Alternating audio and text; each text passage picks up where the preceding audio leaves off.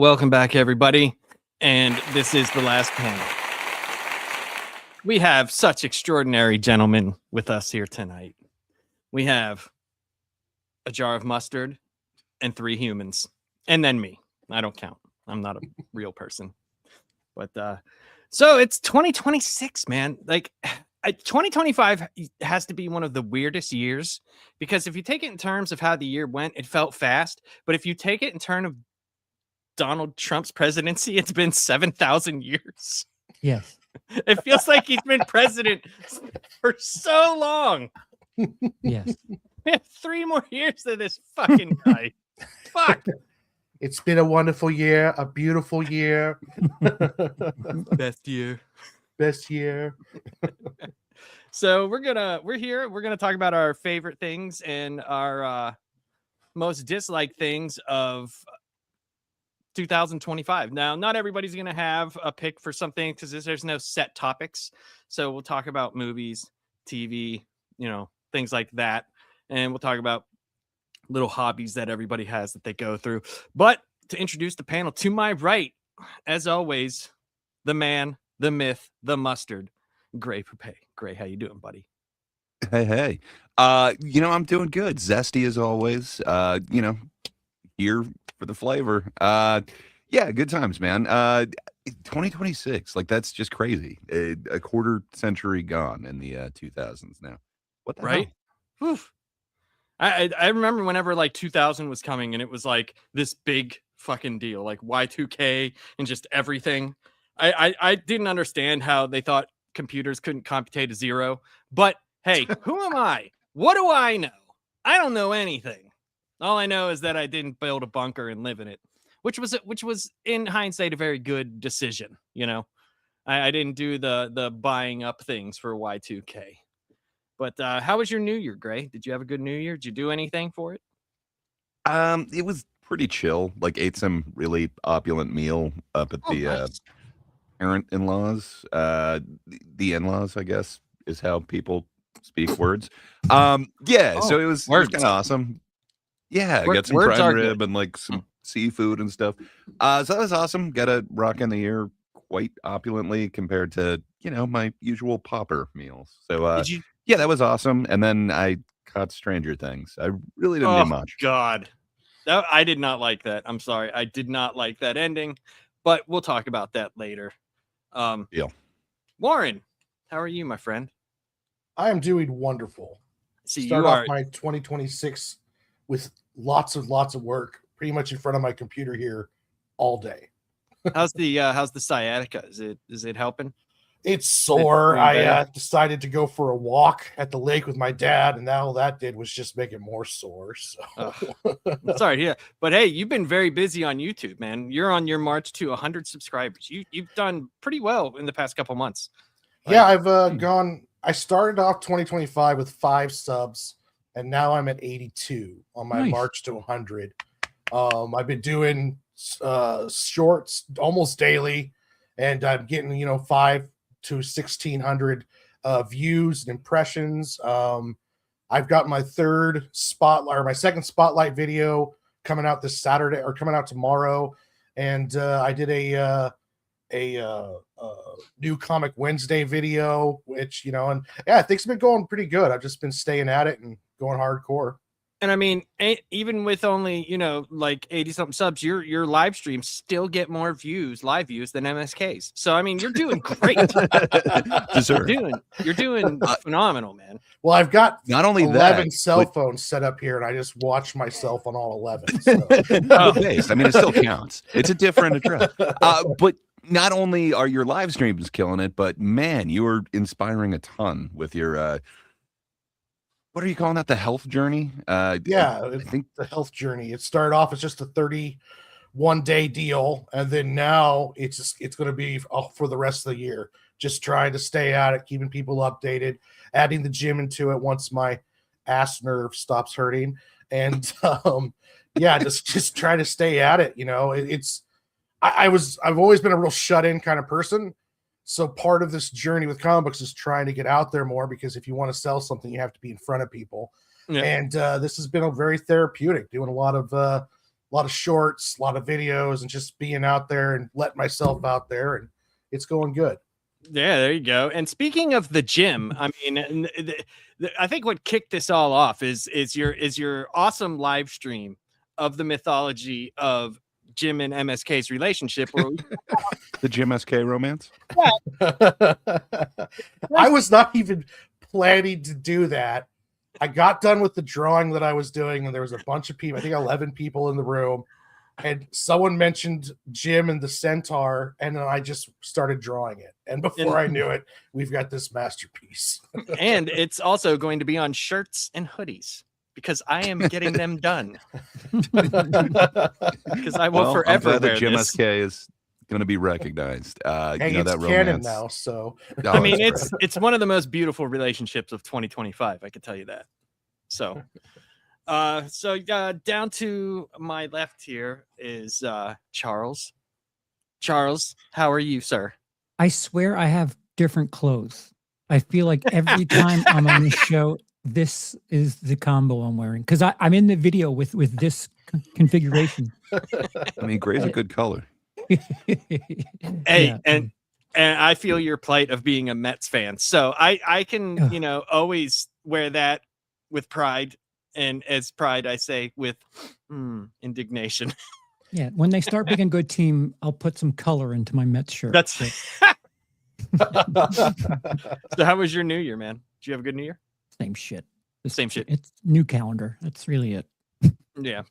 My son, he stayed up. We let him stay up. And when I went to put him to bed, I told him, happy 2026. And he didn't believe me. I think he thought something was going to happen because, he's like at 8 years old now. So he's like very inquisitive and remembering things. I don't know what he thought was going to happen, but he understands now the passage of time is just as shitty as it was the day before and the year before. So that was joined good. the rest of us. Yeah, he's joined the rest of us. So our next panelist, Bob. How have you been, man? How was the family? How was your Christmas? How was your New Year? All of it was great, man. I'm kind of worried because you had mentioned that MSK streams don't get a lot of views. So you're telling me all this clout that I've been chasing for the last year is not doing me any good? No. You caught all the clout you can from him. Oh, man. Only the other things you're going to catch from. Yeah. No, man, everything's good. It was a good time off. Other than really doing Dad's Turn to Talk over on the channel, I kind of took a break. I didn't really review anything. I went and I saw a couple movies on my own without doing a review. I did go see Avatar. I did watch Stranger Things Volume 2, which I reviewed on Dad's Turn to Talk last week. And then I did watch the finale on New Year's Eve. We'll talk about that later next week on the show. I actually liked the finale better than Volume 2. I had some problems with it, but overall I was pleased with it. But there are definitely some plot holes on it. It was not a perfect ending by any means. Anybody who said it was a perfect ending is fooling themselves. Well, since that's the sub, let's just go right in. We'll do that. We'll get that out of the way. For anybody who's watched it, my main problem is like they brought together a lot of season 1 with season 5. They were showing a lot, and those are two entirely opposite shows. None of them mean anything to each other. And you look at it and you're like, yeah, I remember whenever this show was really good. Like the first season, I think is excellent. I think it's a great, it's a phenomenal season. That's it. But that, like, dude, it was all CGI. It was all CGI, and it was not good CGI either. It was not good. You go from like this, I know it's a character's journey and I get it, but fucking Nancy Wheeler wielding a fucking semi-automatic machine gun shooting the fucking giant fucking spider that was supposed to be in Superman Returns, Like, yeah, that was one of the problems I had too. I did not like where they took Nancy Wheeler's character. They practically turned her into Rambo, and I was kind of like, this is kind of ridiculous. Also, during that final fight, where were all the Demogorgons? Where were all the villains trying to protect Vecna? They weren't anywhere around. And Vecna himself, what a pussy. I was glad that they at least didn't make him a sympathetic villain, because there was a lot of rumor going around that they were going to try to make him the misunderstood character that He wasn't really a villain at all. It turned out he really was just a straight up bad guy. So I liked that they didn't try to alter that. I also really liked the very last scene of the show. I was really pleased with that. That was good because it basically ended where it started, and so I thought that was really cool. I also liked how at the end where you see the new generation of kids coming down into the basement to start playing Dungeons and Dragons. So there were a lot of things that I really liked, but there were also some things I was like, ah. But I guess given where Volume 2 took it, I think that they were going to have trouble sticking the landing, period. Plus, this show was so popular, I don't know if they were going to make everybody happy to begin with anyway. It was it was an impossible task to do. There was just like Will's coming out scene was so just ridiculous. Yeah. And then you find out like it took them 14 hours to film it. And you're like, what? The problem I had with it was it just done. Well, they just done a similar scene already and like revealed it, and I think they did it in a way more tasteful way. Better way. Are you talking about episode 4? Yeah, I think like whatever they were that's what I was going to say. Yeah, because it felt redundant because they had already had a scene where Will came to an understanding and acceptance of himself in episode 4, and that was I thought done much better. And he had that whole speech from Robin about how it wasn't what other people thought about him. It was only about how he felt about himself and accepted himself. And then instead we get to episode 7. Now we're making it about what everybody else thinks about him. And it's I thought it was a redundant scene, and it was not done well in episode 7 the way that it was done in episode 4. And then the end. Sorry, I'm just reading the comments. Sorry. I started chuckling at that earlier too. The world is ending, and Will's like, "Everybody, sit down. Guess what, everybody? I don't like girls." And you're like, "Shut the fuck up, kid. Nobody cares." What? No, I will give it to do with the upside down. I mean, so the one thing that I will give that is at least it played like an actual scene, where like everything else from this season just played like weird exposition, and then they're using random objects to explain other objects, and it felt like it was the same scene being parodied a whole bunch of times. Just, man, I think it's the way that they cut up the season. It just felt like they kept hitting the same beats time after time instead of giving us kind of something worthwhile. And I don't know. Maybe I'm wrong. Your mileage may vary in this, but it felt like all the stakes were taken away. And I want, people not just being teased that something bad could happen. I don't know. I think at the very least, Gelman should have had to sacrifice himself. Anything. I give this season like a thumbs down. I just did not like it. And believe me, Will being gay has nothing to do with me not liking it. I disliked it way before that. It's like, that was just like, all right, whatever, dude. Like, nobody knew you were gay. Okay, dude. No, we've known for several seasons that he was gay. It's not like it was a hidden secret or something like that. People who are coming out saying, "Oh, I didn't know he was gay. This came out of nowhere." No, they had been hinting at it for quite a while. They even have a scene in season 3 where he's upset at Will and Lucas because they don't want to play Dungeons and Dragons. And he's like, "Look, it's not my fault you don't like girls."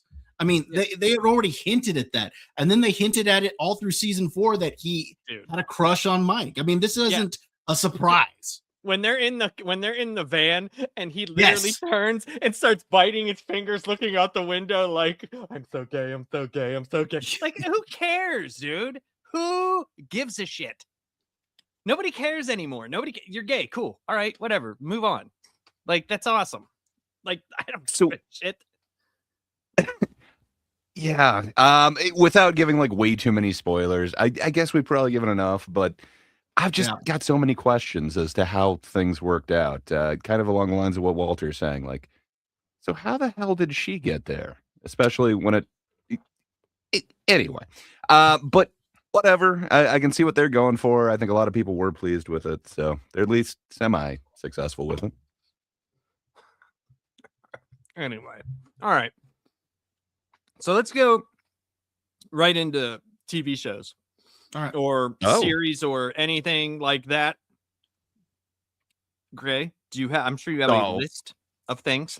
I do. I don't think I captured like everything that I watched, but I watched a shitload of TV this last year, 2025, because my wife happened to break her leg, and it was a lot easier to watch those than try and cart her ass to a movie theater.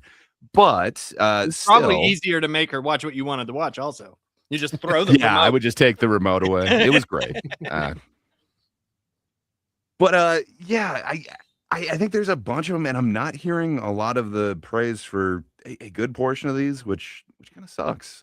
There's one of them that, if it's not my favorite, it's like my second favorite thing that I watched all of last year, and my God, nobody has said a damn thing about it.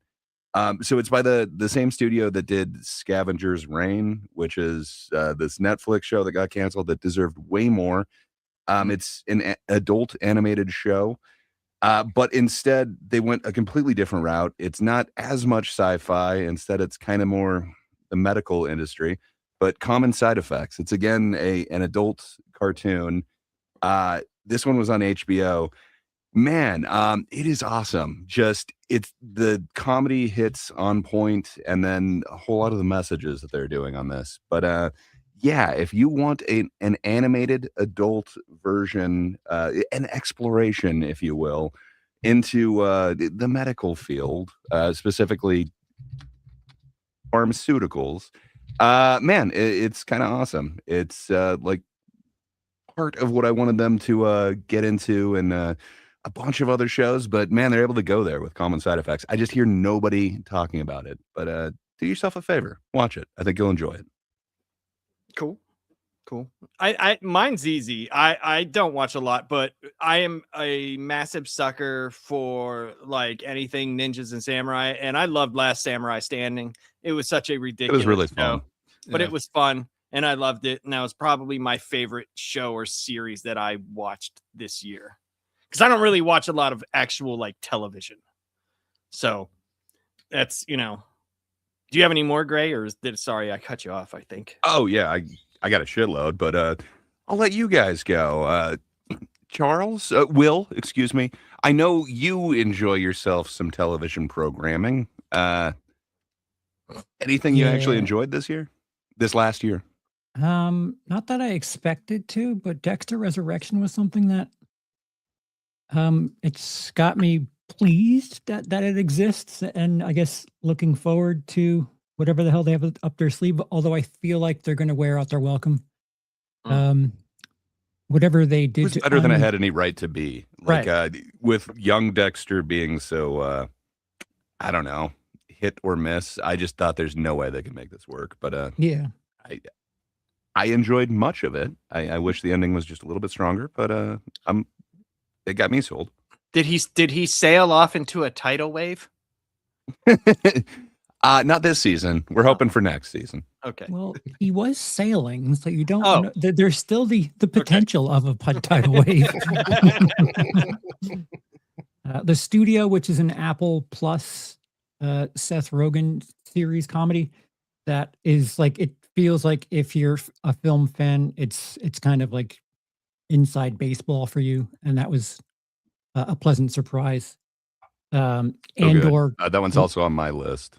Both of those are on my list, but man, just what they're able to do to teach you about kind of the film industry and what goes on behind the scenes. What was it called? The Studio. The Studio. Yeah, okay. Sorry. Okay. It's kind of a small one because it's Apple, but and it's Seth Rogen, so kind of two hurdles to get over. But it's totally worth seeing, man. It'll kind of give you a new perspective on it, and just the one episode. Well, first off, I want a Kool-Aid movie. We need a Kool-Aid movie based directed by Scorsese. Oh, please. It would be great. But like about the Kool-Aid Man? Yeah. Or Jonestown, either way. Jonestown. Yeah. But they have this one episode as well that's all about a one take or a oneer, and man, what they're able to pull off with that is just kind of magic. I would recommend seeing that if you like things that are funny. But sorry, Charles, I will stop talking over you now.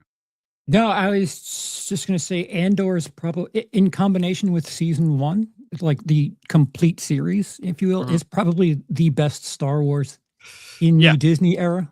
Yes, it is. It's by far the best Star Wars in the Disney era. Again, I'm just kind of saying the exact same thing, but yeah, season 2 was my favorite Star Wars trilogy. It's just amazing. Like, they basically break up 3 episodes into an actual then there's a time jump in between each one of them, so it feels like it's 3 really cohesive movies that are just amazing. If you haven't seen it, do yourself a favor, watch Andor. Just I like mind season you, 2 more than 1, but season still 1 is great. The beginning is a little bit slow, but it pays off. Like the first few episodes until they get to the woods where they all meet up. It's a little bit slow, but it pays off. I think tremendously. I loved that show. I thought it was awesome. Yeah, that's a very good pick. It fits for everyone too, because it's kind of mature without having like cursing and dicks in it. It's like it's something for everyone. I don't know if like little kids will have a good time with it, but fuck those kids. They got plenty of shit to look at. Leave the kids alone. I said this about it. I was like, it's a Disney budget show without feeling Disney. Yeah. But if you do want to have a Star Wars show for the kids, the other one that kind of got overlooked is Skeleton Crew. If you're a fan of those like 80s kind of adventure things, man, it is like right on par with a bunch of them. It's pulling from like the Navigators, the Explorers, Flight of the Navigator, like a ton of these kind of 80s coming of age kind of exploration movies. And man, I would definitely highly recommend that if you're done with Andor. Yeah. Walter in the chat says, I'll give it more thought, but one show I recommend is The Lowdown with Ethan Hawke. It was a really good show on FX. And he also says that The Pit should be watched by everyone. The Pit's amazing. I got to check The Lowdown. What's The Pit? I don't know what that is. The Pit is basically is that 24 meets ER. Is that the one with the guy, the actual dude from ER? Yeah, what it is it's a real-time format show where every episode is 1 hour of a shift. And as a nurse, I can tell you it is pretty accurate. It's 24 meets. Okay, I see. Yeah, gotcha. In fact, that Walter mentioned that's actually one of the ones I have on my list. The Pit. I think The Pit is an extremely good show. The first season blew me away. I really liked it. Again, I like that real-time format because 24 was my all-time favorite show for the longest time. And yeah, I love that real-time format. And then it's a lot more accurate than say ER or some of these others. And again, as a nurse, I could really relate to it. I kept telling one of my nurse friends about it. And I was like, you need to watch this. She watched a couple of episodes and she messages me back. She's like, oh my God, I'm getting PTSD watching this thing because that's my ER shift every time I was in the ER. Now, I was a huge 24 fan. And whenever I was doing the podcast for Lost, we had a character or a thing that was about Jack Bauer's anus because he never took a shit. Do any of these people take a shit in the 24 hours that they are working? No, because he didn't eat either. You see them go take a piss. Jack Bauer ate food. I've seen it. I have seen Jack Bauer eat jerky. I have seen him eat a Twinkie. He needs to shit. I have seen him take a piss in the. That's gonna be the last season. So. Just them taking shits. It's been 7 years. That's cool though. I do want to watch something. So I have seen commercials for The Pit, and I might check that out because that sounds pretty sweet. I like the 24 format of like it being real time an hour. That's pretty cool. Yeah, if you like that, then I don't necessarily say you had to like ER, but if you thought it was kind of entertaining, then yeah, this will be right up your alley because it's that medical drama meets 24. Okay. All right. Charles, do you have any more? A couple of light comedies that, they're half an hour shows, so you don't really have to devote too much time to it. And both of them are relatively short in their series. Chad Powers, which is on Disney Plus. I think it's only 6 episodes. Good time. If you're a sports fan, it'll make sense to you. And I just railed through both seasons of Tires on Netflix, which is with Shane Gillis. It's again, I wouldn't put too much. Yeah, I wouldn't put too much pressure on either one of those shows, but they're light and they're fun. Well, the Chad Powers thing is funny just because I watched Eli and Peyton's Places. So like when Eli did the Chad Powers thing and it blew up, and they actually the guy who is Chad Powers in this show bought the licensing for the character and made a show about it, and it was just like, oh, I think they're executive producers. I think they have a piece of it. They probably do. Yeah, they probably do. That like it just that was always so funny to me, and I did like the show. I thought it was cool. It was a good show. Liked it. Bob? Say, Charles, now that you've watched Tires, are you gonna watch the other show by the Austin guys out there? Are you gonna watch Bad Thoughts? Tom Segura's Bad Thoughts on Netflix? I guess I will now. I think you should. It's sketch comedy. I know how much you love that. Sketch comedy. It's a entire series of sketch comedy. It's actually pretty quality. I like it. It's going to gross out a lot of people, but man, ooh, I'm kind of here for it. Bad Thoughts is it sticks with me. It's gross out? Parts of it are, yeah, sure. Huh.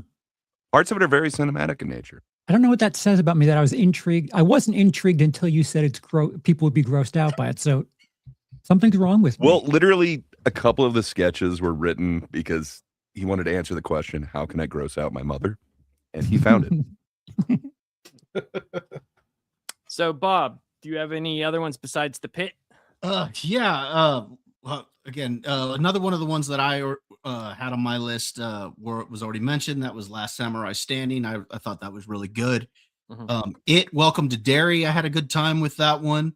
I thought it was much better than I expected it to be. And I'm not even a huge fan of the It movies, but I did like that. I mean, it's not that I don't dislike them. I'm just not a huge fan, but I liked the show. I thought it was a good time. I like the It fan base railing against the Stranger Things fan base. Like, don't ever talk about Pennywise and Vecna in the same sentence.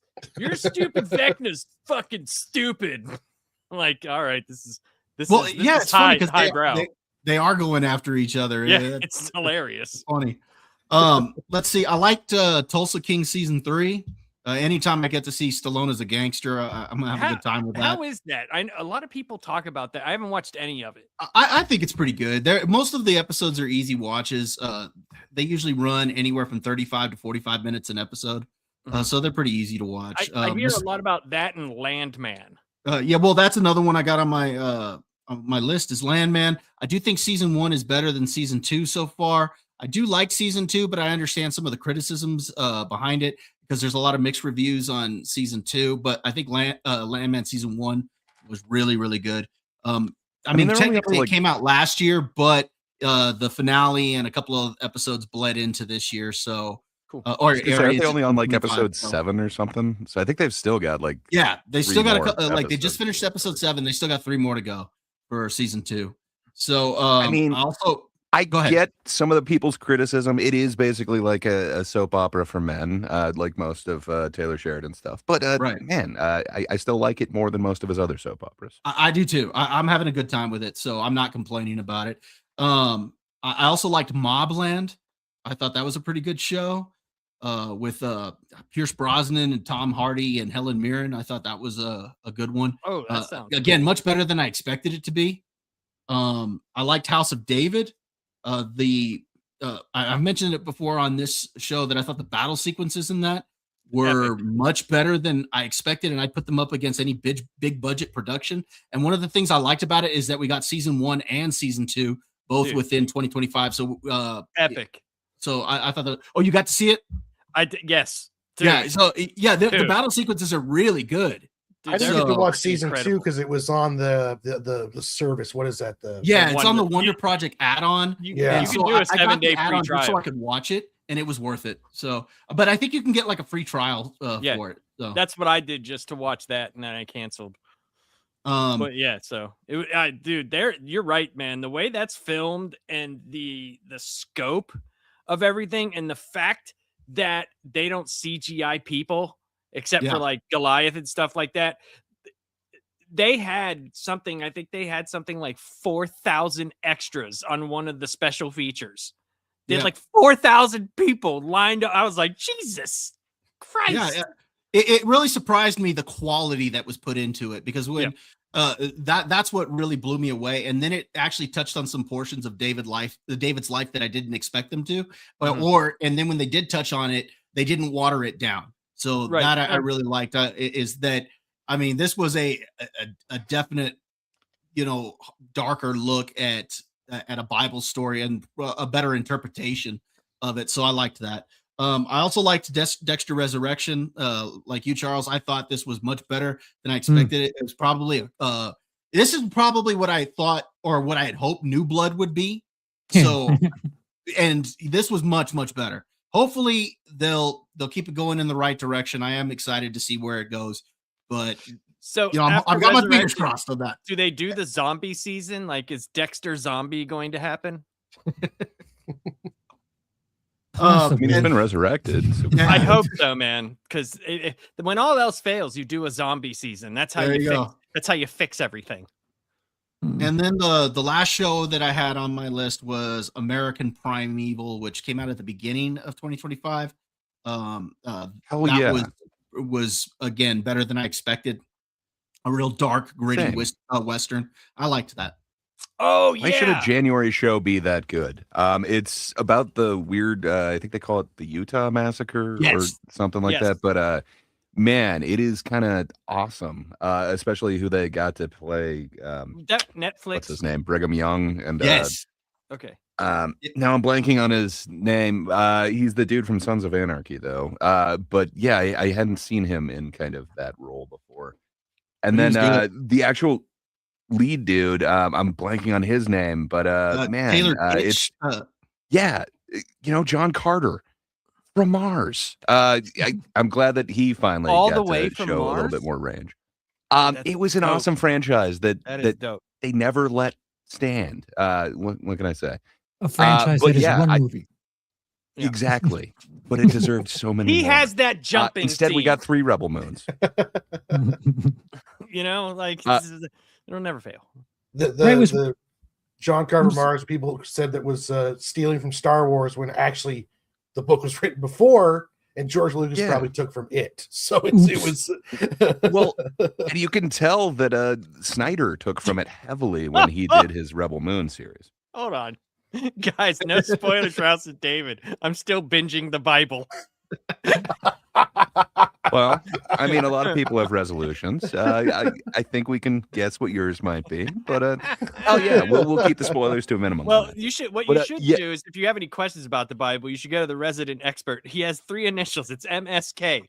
He is amazing when it comes to the Bible. He knows absolutely nothing and everything at the same time. He is a scholar. He will help you with pronunciation as well. Oh, sure. But yeah, American Primeval.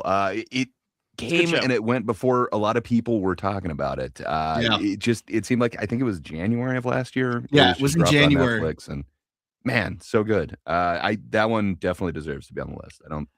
I'm wondering if it's one of those that they just didn't know if it was going to hit or not, and they're like, okay, well, we'll just drop it in January and not even worry about it. But yeah, I remember seeing when that came out, I was like, all right, this looks kind of interesting.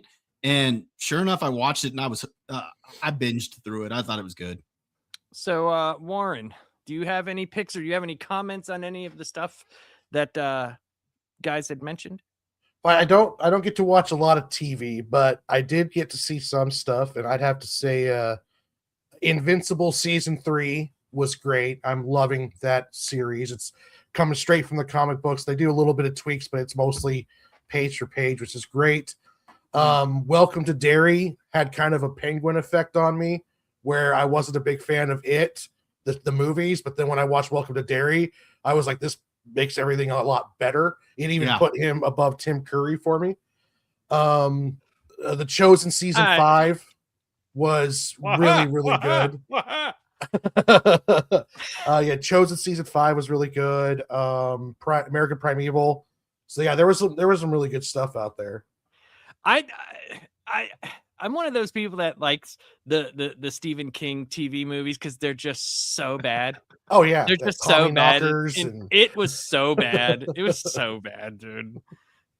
Tim Curry did the best he could for being a TV movie that was PG-13 that had no budget.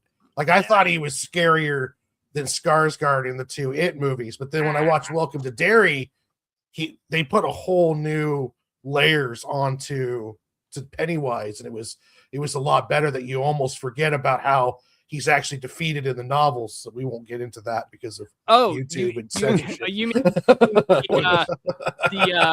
power of friendship, if you will. Yes, the power of multiple friendships.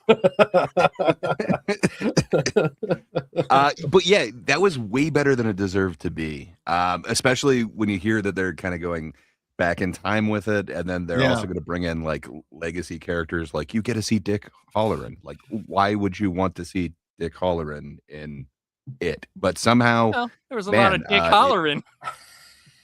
In that novel, yes, they cut that out for the movies, but it's just kind of interesting. Like I wouldn't have thought that we'd get to see that character and that it would work, but yeah, I think that was way better than it deserved to be. I reluctantly watched it and was totally won over. Huh. Well, that's good. I mean, I think there was a lot. There was a lot more stuff out there that was good than people realized. Probably, because 2025 was the worst year for the box office, and like I said, I think the world is just changing, and I think the film industry is changing. Me, Gray, and Charles, we've talked about this a lot. It's just something that's changing. It's just like how the music industry changed. Like it's like the sales now of songs, MP3s. It doesn't really even matter. It doesn't even drop in the bucket anymore. You know what I mean? Like it just doesn't. Touring is where it's at, and sponsorships, and all of those things are just taking over. It's like making a movie. Like people don't remember, like in the Man of Steel, like Pepsi, like or Coke, whatever one it was, like they paid a fuck ton of money to be in that movie. And just imagine Krispy Kreme, stuff like that. Like go ahead, Gray. Sorry. Like entire movies that are, like just ads though, like essentially War of the Worlds. I don't know if you guys have indulged in what could be like Ice the Cube, perfect worst movie ever. Ice Cube in the CGI room. All it is an ad for Amazon though. Like it is so weird. I understand they're paying themselves for it, but man, just ugh. You have to watch it. They have like Amazon drivers, dude. Like I'm not even gonna ruin it. Just go watch it. They ruin their. Sorry for derailing you. You were talking about great television, and you're right, man. I actually think I have more positives on the television side or series side than I do on movies. It's one of the things with streaming. Not everyone has HBO Max. Not everybody has Netflix. So it's like there's some great shows coming out. Now, back in the day, it was all funneled through cable television. Now you get a show like The Pit, unless you have HBO Max, you might not even heard about it unless you find a clip of it on YouTube, and it's like, it spreads everything out so much that you get to miss, people are missing a lot of good stuff. Yeah. Yeah. There's going to be a point in time where it's one giant conglomerate, you know what I mean? Like there's going to be a service that somehow licenses all of it. And you're going to be able to see it on some sort of service. That's what they're heading. And then you're going to be able to flip through the channels, and it'll be cable. Wait a minute. It's just going to come back in a full circle. I mean, I hope it goes to like over the air, and I go in like 2030 and have to go buy rabbit ears. That's my dream. Awesome. Back to 5 channels again. Only like 4 of them work. Dude, like I know this sounds ridiculous, but there were 2 channels in my area when I was a very small kid that I remember at midnight. They would be like, "And we're signing off," and then it would be done. I remember those sign-off cards. Yeah, mainly for movies, but I swear I experienced that in real life. You probably did. Hey, Labs, you asked us all like what our favorite shows were. You didn't mention any. Yeah, I did. You have any? I had the Last Samurai Standing. Oh, you're totally right. You did. Yeah, I just haven't. That one was fun. I haven't watched that many. The American Primeval I started watching, and then that was something me and my wife were gonna watch, and she ended up liking it so much when I fell asleep, she watched it all. So then I was like, fuck it. Yeah, it's dead to me. Yeah, I've definitely been there before. So I mean, I'll probably watch it. I will probably watch all the stuff that I've watched. TV for me is something like if my mother wants to do something, like that's how me and her spend time together. So everything I've watched is from like 1970 to fucking like 1986. You know, so I will say there's an honorable mention, and I called honorable mention because it still has 4 episodes left. House of Asher, if you're a Spartacus fan, starts off a little bit slow. Production value is not quite as good as the original series, but it is it's grown on me. 6 episodes in, very, very interesting. If you like Spartacus, you'll probably like this too. I am Spartacus. Are you Spartacus? I am not. Damn I am it. mustard. But yeah, I had a bunch of everything that everybody up here said, but I got a couple that we didn't mention. I really dug White Lotus season 3. That might be like hit or miss with some people. What is that? But... I don't even know what that is. Oh, you don't know about Mike White? So yeah, it's this show. It always takes place at a resort, and it seems to be going to a different country, different luxurious. It was Thailand this year. Each season, yeah, this one was Thailand, and it had a bunch of really awesome. Actually, every season has a bunch of amazing actors in it, but that one, it just kind of gets under my skin. I think I've thought about that show more than. So it's a guy at a resort. So there's a lot of nudity. You'd dig it. Each season is kind of contained in itself. You don't need to watch it all in a row because that's what I was told. So I watched season 3 first, and I enjoyed it. I actually prefer season 3 as opposed to the other 2. And I was told that season 3 is the worst, and it kind of, I don't know. So what is it about, Charles? Sorry. So a bunch of different families, whatever, go to a resort, and they have issues, and you try to figure out. It's something of a whodunit, right, Gray? Or you're trying to figure out. Yeah, there's always kind of a mystery that's going on, and the way that it kind of unveils the story. Sometimes it kind of shows you glimpses of what is going to happen, and then you got to kind of piece it together. But man, it is a fun ride. It is somebody who had a definite vision, and it just seems like he's at the peak of expressing it. Max. Max. Is it Max? Mm-hmm. Yeah. So it's Mike White. He's done a whole bunch of films, but the one that you'd probably be the most familiar with is oh god damn it, School of Rock. It's kind of cool. His huge one. It's nothing like School of Rock, but I'll check it out just because you guys. I like whodunits, but I will check it out. I like nudity, so yeah, it's not really a whodunit. It's more like they're doing it. No, but figuring something out, like anything that has some sort of mystery. It doesn't have to be a murder. Anything that has any type of like mystery to it. I like watching that type of stuff. But yeah, there were a bunch of other awesome ones this year. A few of them kind of dropped the ball. I'd say Cobra Kai didn't end as strongly as it could have. Yellow Jackets could have been a lot stronger. I've enjoyed other seasons of both of those more in the past. Stranger Things, kind of the same deal. But yeah, Bad Thoughts I thought was interesting as far as like sketch comedy goes. Like, man, they went to places that I did not think they would go. Both seasons of South Park that they kind of did this year, they both went so hard. And then there was one. Didn't South Park have like one of those made for Paramount Plus specials too this year? Didn't they have one? And I think one of the seasons was like 4 episodes. So fucking funny, dude. I was dying when I watched. I can't remember what it was, but I remember my buddy John was like, "Hey, you got to watch this," and I did end up watching it. I remember laughing really hard. Yeah, those dudes are like killing it. And then the only other one that I think I need to shout out is one that shouldn't be as good as it is. It's a legacy thing that for some reason they're bringing back. And like, why would you bring back anything more than a decade later? Like, it doesn't make sense. It shouldn't be good, but man, I really enjoyed the King of the Hill season a lot of 14, people where did, they man. just brought it back. And that goes to show you that even like there you could still make entertainment for both sides of the spectrum. You know what I mean? Like it doesn't have to be this left or this right. It could be either or, and there's a Men fan base and women? for it. Right. There doesn't have to be doesn't have to be like, you know, this in the middle of everything to where your show is so fucking ridiculous that nobody likes it. You know. Oh, so that reminds me, there is a ridiculous show that I like that apparently a lot of people don't.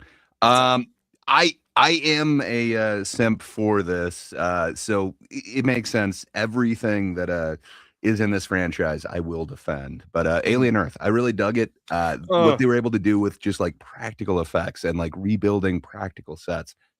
Man, there's at least one episode in there that's it's up there as far as, I don't know, some of the most beautiful stuff that I've seen in the Alien franchise. That being said, the whole season was not super consistent, and I can see why a lot of people don't like it. But man, I had a great time with it. So before we get into movies, which is like one of the biggest subjects that people like to talk about, I'm just going to do this real quick because not everybody here. But my favorite comic book of this year, by far, it's not even close, was Rook Exodus. It's just not even. It's just not even close. Like it's such a complete. The first volume and subsequently the next issues that came up to 9 so far.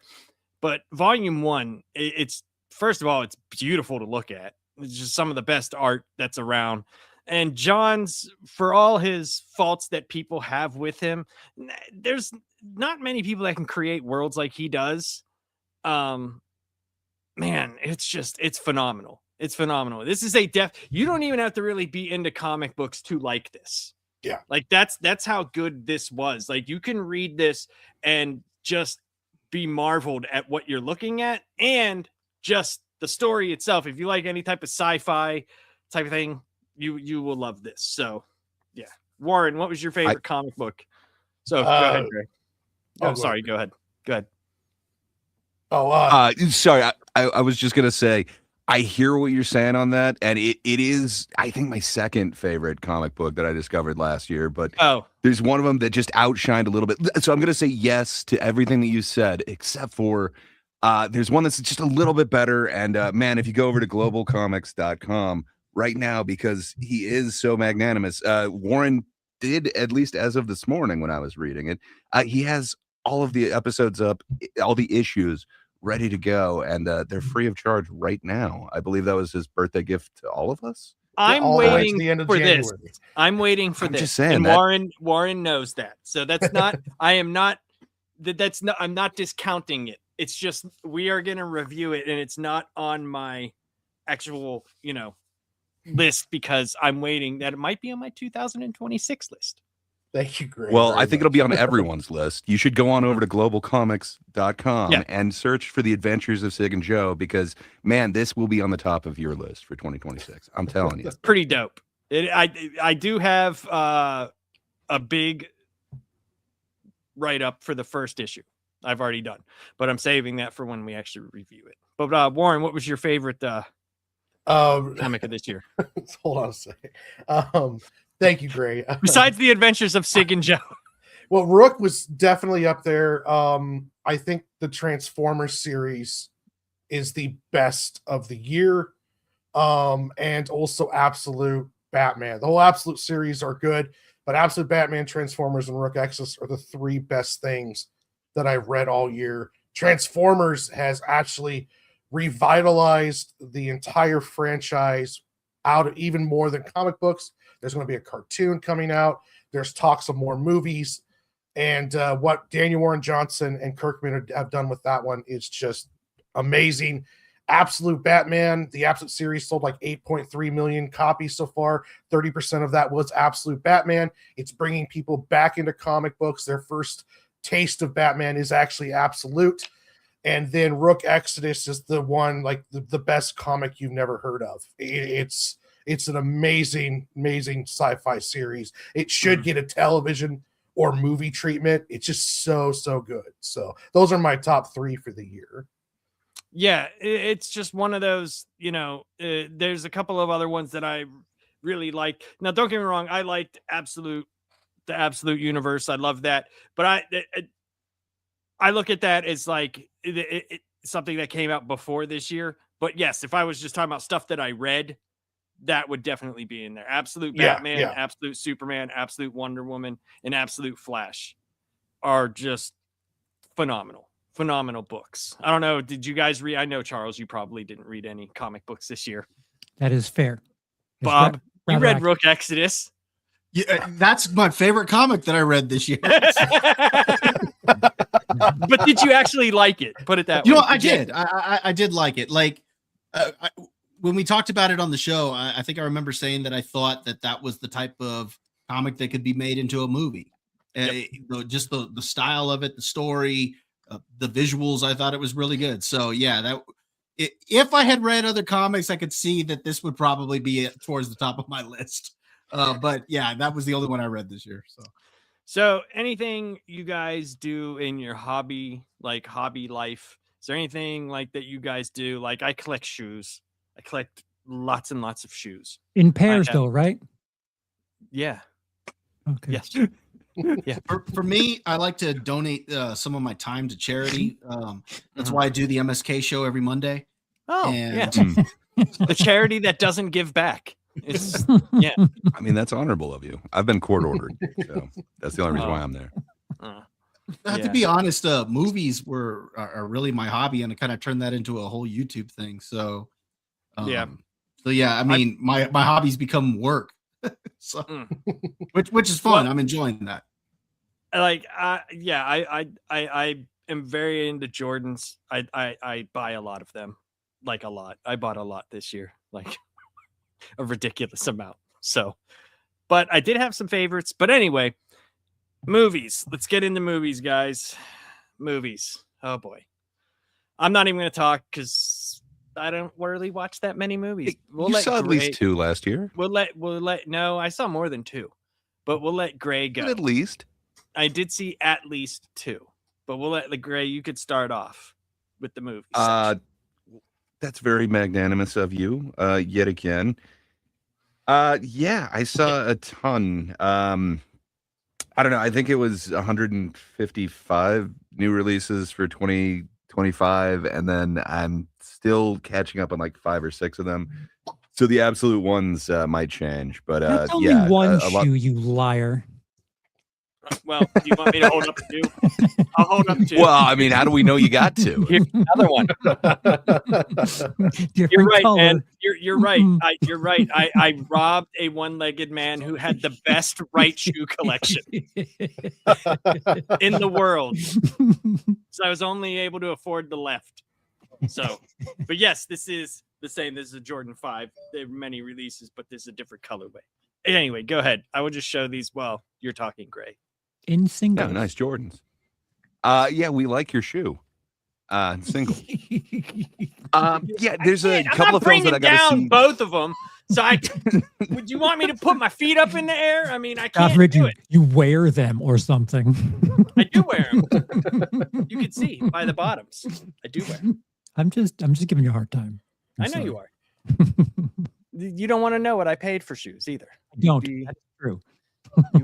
But you also don't want to know how much money I made off of selling shoes this year. You would probably get very irritated. Yeah, maybe I don't. Another business? Mm-hmm. Oh yeah, dude. I've sold autographed Jordan 1s for over $20K. Yeah. Damn. Yep. Like so I don't have any real hobbies then, it turns out. Go ahead, movies. Well, I guess one of my hobbies is going to movies, and because of this whole YouTube thing, and I guess the power of friendship, I was able to parlay that into seeing a couple of special films this year that unfortunately aren't really available for mass consumption. Charles was very magnanimous. Everyone is magnanimous today, but Charles was very magnanimous last year, where he let me review some Fantastic Fest, which is this cool festival of pretty much horror movies that takes place in Austin. We were able to review a few of them, but man, there's 2 of them that both say that they were released in September, and I haven't been able to see since then. I think they're in the top of my list, but without being able to see them a second time, I don't know if I'm just giving them so much love because I got kind of like an exclusive view on it. But there's this one that's so Tarantino-esque that has to deal with kind of AI and technology and the threat that it could be. Just, man, it really affected me. Like, I'm still thinking about this film, and damn, that was what, like 4 months ago, 5 months ago, something like that. But it's called Apopheniacs. If you get a chance, do no research on it. Just watch it. I think you'll enjoy it if you enjoy Tarantino movies. And then the second one is this amazing Spanish film that's I don't know how exactly you describe it, but it's kind of a quest for an object, the titular object. It's a Luger, it's a pistol. But man, that one just, I absolutely love that film. And I've been trying to get my hands on it. It says it released worldwide in September, but I cannot find it anywhere. But that film, it may be the most powerful film I saw this last year. Just it's really stuck with me, again, off of just one viewing. So those are the main two that I have to see again. But other than that, I'm sure it's a bunch of them that you've heard from everybody else. But I can't be the only one who watched movies this last year. Warren, well, did you have any movies that you enjoyed? We have a super chat. And is that right? Is that $45? I think so. They're Danish kroners. That's so 45. yes, if you're Danish kroner. And says, I think 2025 was the best year for me to learn how to make creme brulee. And that was from I am so jealous. Creme brulee is awesome. If you can make it actually form that amazing like glass-like layer that you can crack. Something with you hit it with a spoon on top. Yeah, that's just sugar. I mean, you can use a spoon, but That's it's just melted sugar. Yeah. But there's an art to it, man. I have a blowtorch. I have the little, whatever you want to call them, cups. I can brulee, but ramekins. That's it. Yeah. I've made thousands of creme brulees. What can I say? I don't get it right ever. So I'm blaming the altitude, but I am jealous of you, Marcy. Well, how do you Congrats on your Greg? brulee skills. How close are you? To the sun? Too close. Oh, okay. Is that why you got to wear shades? I have to. Well, that and, to keep your the haters future is at bay. so bright. Mm-hmm. Gotcha. Well, this year for movies, I didn't get to see definitely not as many as you, Gray. But superhero movies, I liked Superman. F1 was amazing. Sinners was really good. And the surprise to me was K-pop Demon Hunters, which was so much better than I thought it would be. It had me humming the music long after I watched it, and I got my nephew hooked on it, and my brother's still mad at me because he watches it nonstop. But yeah, that movie was surprisingly well done. And then, Sinners was I watched it late, but it was a delight, and I really, really liked F1. F1 was probably one of the better all-around films I watched this year. No, that's F1 was a good movie. It was a good movie. Yeah. I haven't watched as many movies. I'll just go. I liked Sinners a lot, really a lot. I actually liked that movie quite a bit. I liked the Wake Up Dead Man or whatever that was. The Knives Out movie. Yeah. Knives Out movie. I like those movies. I know some people don't. You're but a fan I do. of Benoit Blanc? Me? Yeah. Mm-hmm.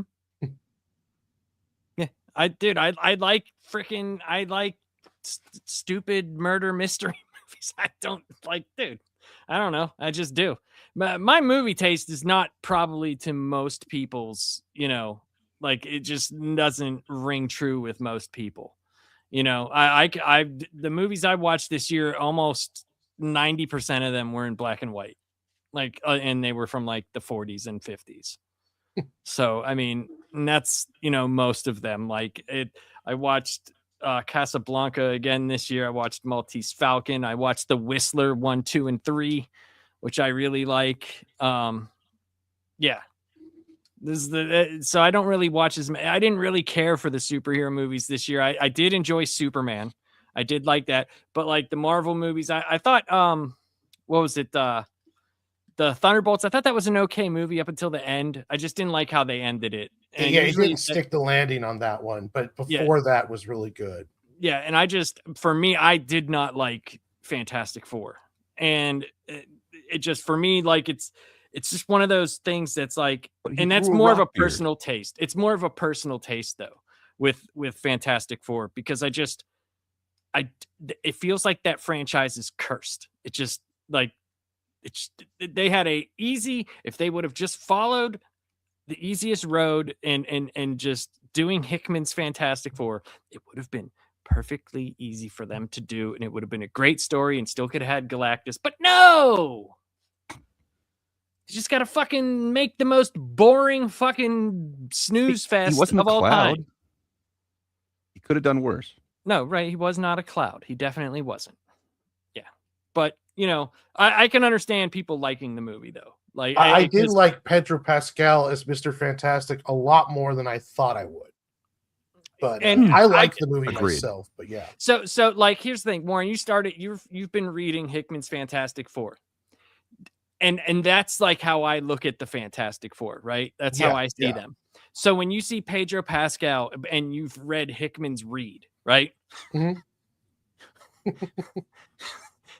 Do you look at Pedro Pascal in any way and go, smartest man alive? Yeah, he could have been. It could have been better picked. Definitely better casted.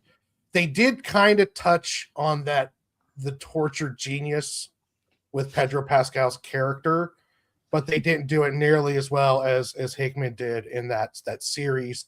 And if they would have had a different actor, I think it probably could have came across better. Just because Pedro Pascal's been in so much stuff as it is. But Hickman's version of Reed is starting to become the definitive version for me now. Yeah, I can't get past Stan Lee's stuff, dude. It's his shit, dude. I know people champion Stan Lee, and like I have copies of the original run of Fantastic Four, and I can say, fucking dude, I'd rather take a bunch of Tylenol PM and watch fucking, I don't even know. They should have had a lot more action. There should have been an action scene in the middle before Galactus shows up. They could have done better action with Galactus. I honestly think maybe using Galactus was wrong. They should have used Annihilus or something along those lines. We could have got a lot more out of it than what they did by having just Galactus show up.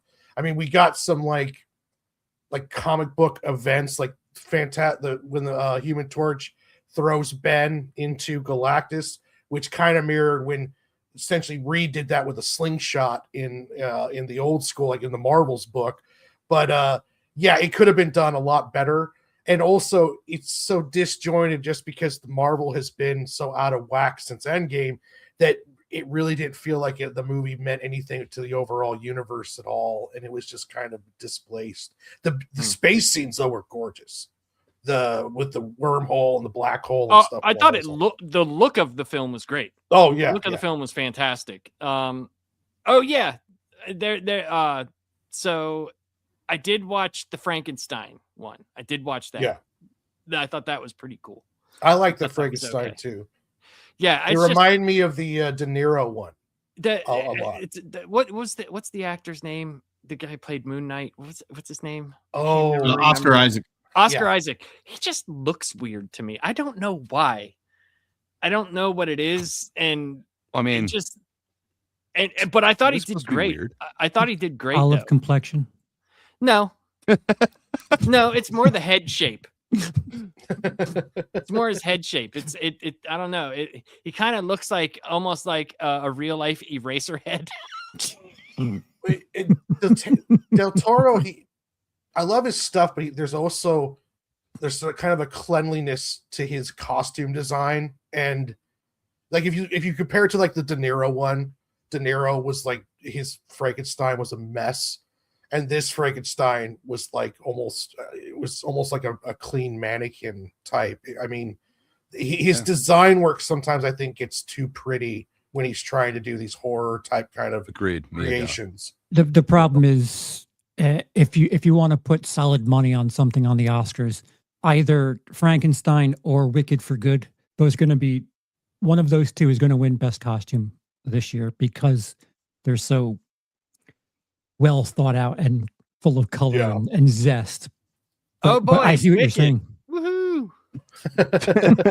more shit I don't want to watch. No, you guys were mentioning a whole bunch of Netflix ones.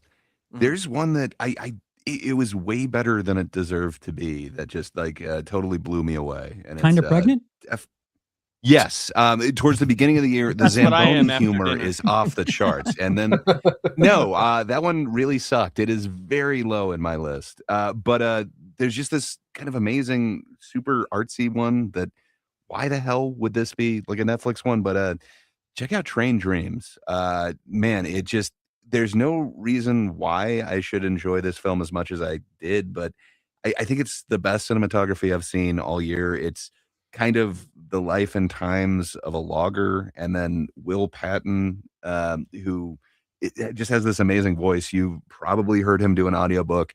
He just kind of narrates the whole thing, and just, man, this one just it's affected me way more than I expected it to. I watched a little bit before Christmas, and I can't stop thinking about it. But Train Dreams is marvelous, way better than I thought. I thought I was just putting on a stupid movie to like work out to, and I ended up not working out, just like glued to the screen. It was amazing. So Charles, you got another super chat from Marcy. It says, but seriously, I think 2025 was a good year for movies, especially, but I think there were some decent shows also, like Netflix Department Q. Unfamiliar. Marcy, we talked about shows earlier. If you want to rewind, everyone put their notable series up, but I thank you. Appreciate it. Heard good things about Department Q. It's supposed to be kind of like is that the gay puppets? No, that's Avenue whatever Q. the hell that is. Q, okay, right? Let's go Q. Sure. That sounds right to me. No, it's kind of more like the warehouse with all the stuff from like Indiana Jones. It's kind of that line of stuff. From what I heard, it's really cool. Oh, and I see, Charles, you also love Faith No More. Well, he talked about Mike Patton in that train movie, so. And I've seen Faith No More a total of. I said Will Patton, but 6 times. I love me some Mike Patton. 6 times. Nice. I've seen Faith No More, and I've seen Mr. Bungle like I don't know so many. So wait, it was right in front of your face. You can't grab it. Jesus Christ! What is anyway? It's it. It's it. What is it? Well, sorry. I think I talked over everybody else. Charles, did you give a couple of recommendations? I know I kind of spoke for you because you allowed me to have those two in the two viewings. You're making me seem nice. I was just passing my work off onto you. It wasn't so much me being nice as just spreading the workload and be like, hey, watch this in case I can't. I appreciate it, though. If anyone gets the chance, again, watch Apopheniacs and Luger. You will enjoy it. Yeah. So to kind of round out some of the other movies that we had access to, there's some stuff that that didn't have a remote coverage that premiered at Fantastic Fest. Shelby Oaks, which is Chris Stuckman's movie, premiered there. There's a movie that hasn't been released yet that was kind of the dark horse of that festival that I think they were sold and or bought by Blumhouse, and the film is called Obsession. And I had a chance to watch it and didn't. And I guess once they got sold or whatever, that chance was I don't know, gone. But of that festival, this film called Obsession is kind of the thing that people are talking about. Yeah, I agree. Apopheniacs, Luger's one of my 5 favorite movies of the year. Another film which is probably coming out this month. It's a Japanese film that's very The Ring, The Grudge type movies, but with a Instagram type twist to it. It's called The Curse. I mean, there's a bunch of yawn-worthy movies that we were given access to, but that one was kind of in the middle, and I feel like the things I have against that movie are just lack of budget. There's some stuff where you could very clearly see that CGI was used, and not the most expensive looking CGI. But yeah, my tops of the year are just kind of things everyone's talking about. One Battle After Another, Sinners, F1. I actually quite enjoyed Running Man. I don't know why people are so down on that movie. Is it Edgar Wright's best? No, but I'll still take mid Edgar Wright over some people's best work. Like I'll take mid Tarantino over, I don't know, 95% best work. And there's a film that she just keeps coming around, and it's kind of a dark subject matter. I think it's on Paramount Plus. It is called Predators, and it's a documentary about the To Catch a Predator series and its influence on society. And I don't like the way that movie made me feel, but it's an interesting look at an otherwise, I don't know, scandalous topic. Like it's not so to the point.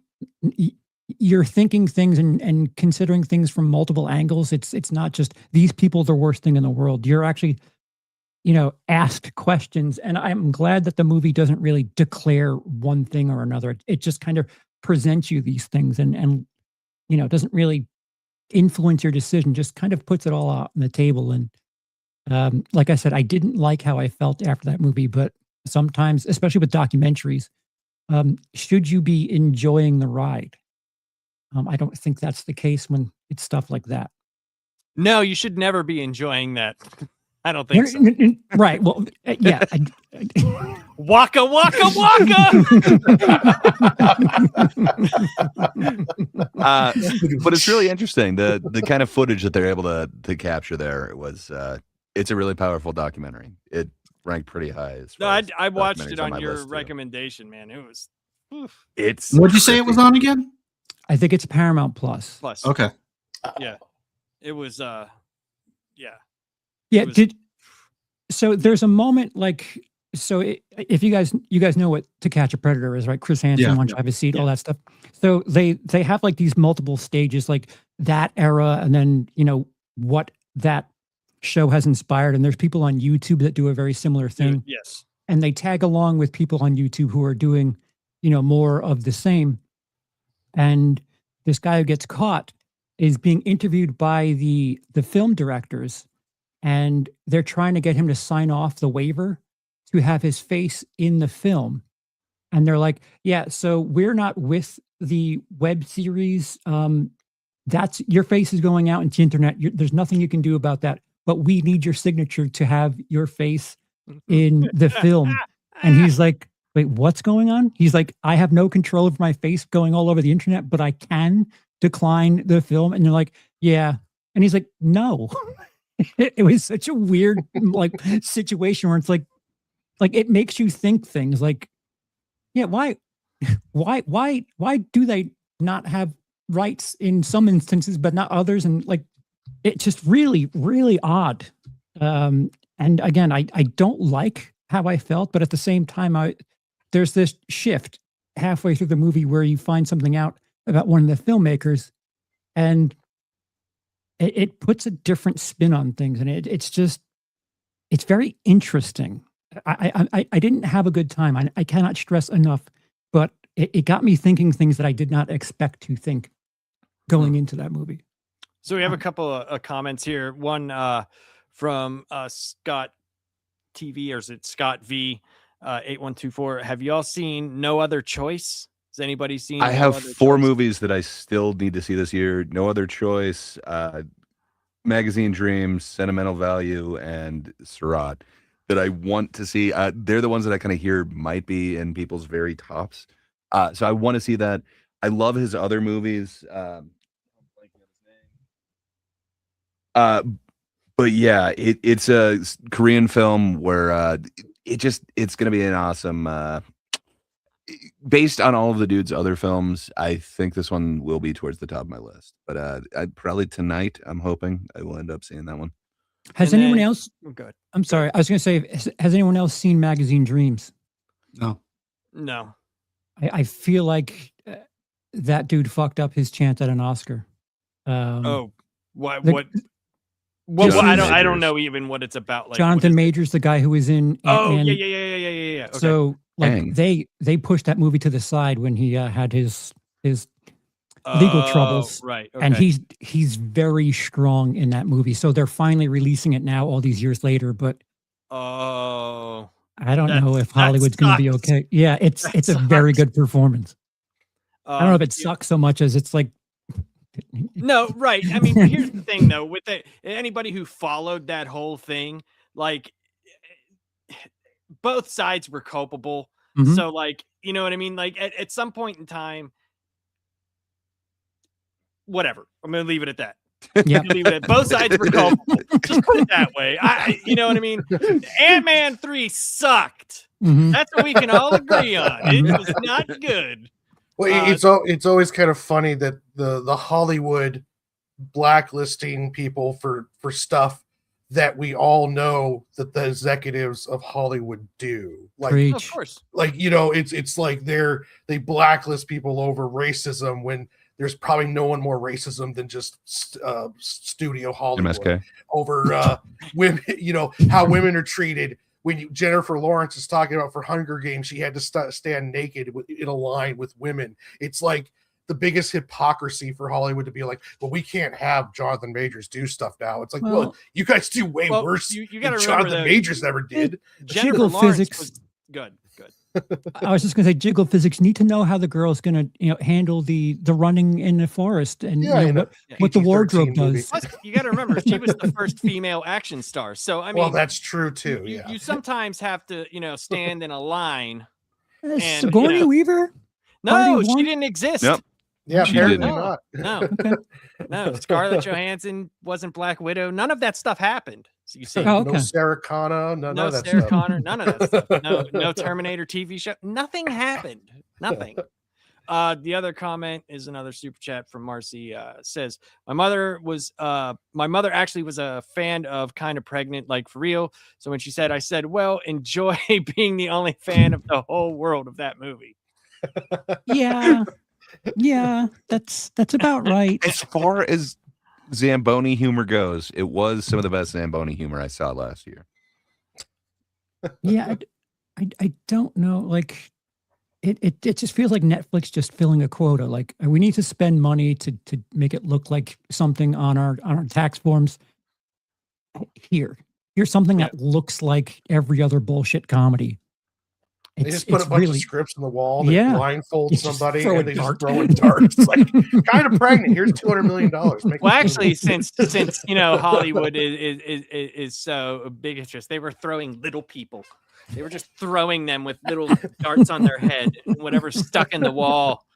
They made their new steps. They were just stepping on the bags, and they said, "No Snow White for you." Yeah, and there's a roulette wheel of just actors have no business having a career. Like, oh, it's Amy Schumer. Look at that. You get this movie. Hey, Will Forte was in that movie. He did Also- great. He was also on the charming on a Zamboni. We need So, more orphans. Hurry. Bob, what Yeah. what movies you got on your list, my friend? Well, a couple of them have already been talked about, and that was Frankenstein and F1.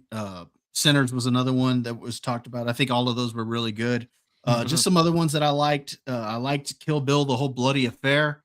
I mean, granted, this kind of a re-release, but it does have some new stuff in it. So, yeah, I really enjoyed that. It's Tarantino in the theater. That's all you have Yeah, to say. exactly. That's fine. It's Yeah, perfectly fine.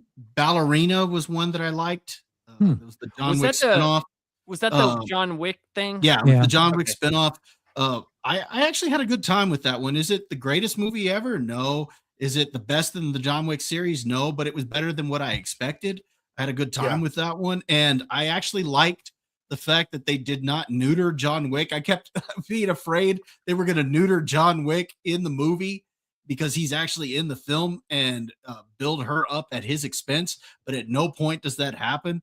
And in fact, he whoops her ass. So basically, when they go out of the way to mention that her size is a problem, and they actually kind of geared the fighting a bit around to help explain how an 80-pound woman can kill 100 hitmen.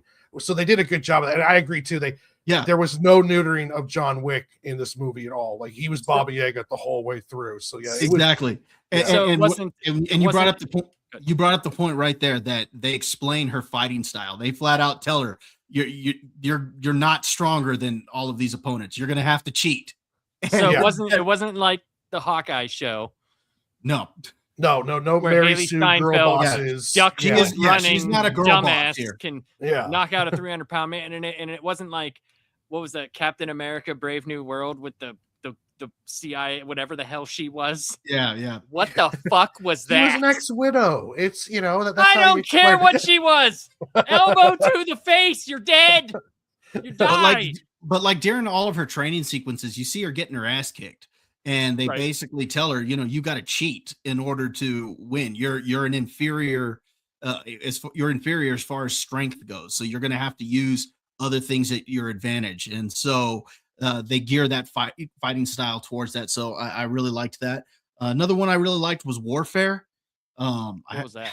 That's a film that, again, I didn't have a good time with, but I thought it was really good as somebody who's a veteran, as well as I've had a lot of friends, of course, that are veterans. I like the fact that the film is not a political film. It just says, okay, here's the event, here's what happened, and Warfare. Oh, okay, yeah.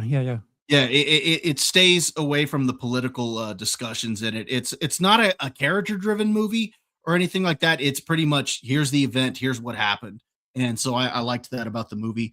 I also liked The Naked Gun. Hey, I didn't mean to do that. You're good. Why can't I here's get it off? Get me off. I refuse to get you off. I agree with you on The Naked Gun one, though. It was better than it deserved to be. Yeah, well, I liked The Naked Gun a lot. I had a great time with that movie. It was Liam Neeson's deadpan delivery is perfect in that movie. So I will not be chatting anymore. Just letting you know, I pressed buttons and shit happened. But those were the best films that I saw. Just some ones that were disappointments to me.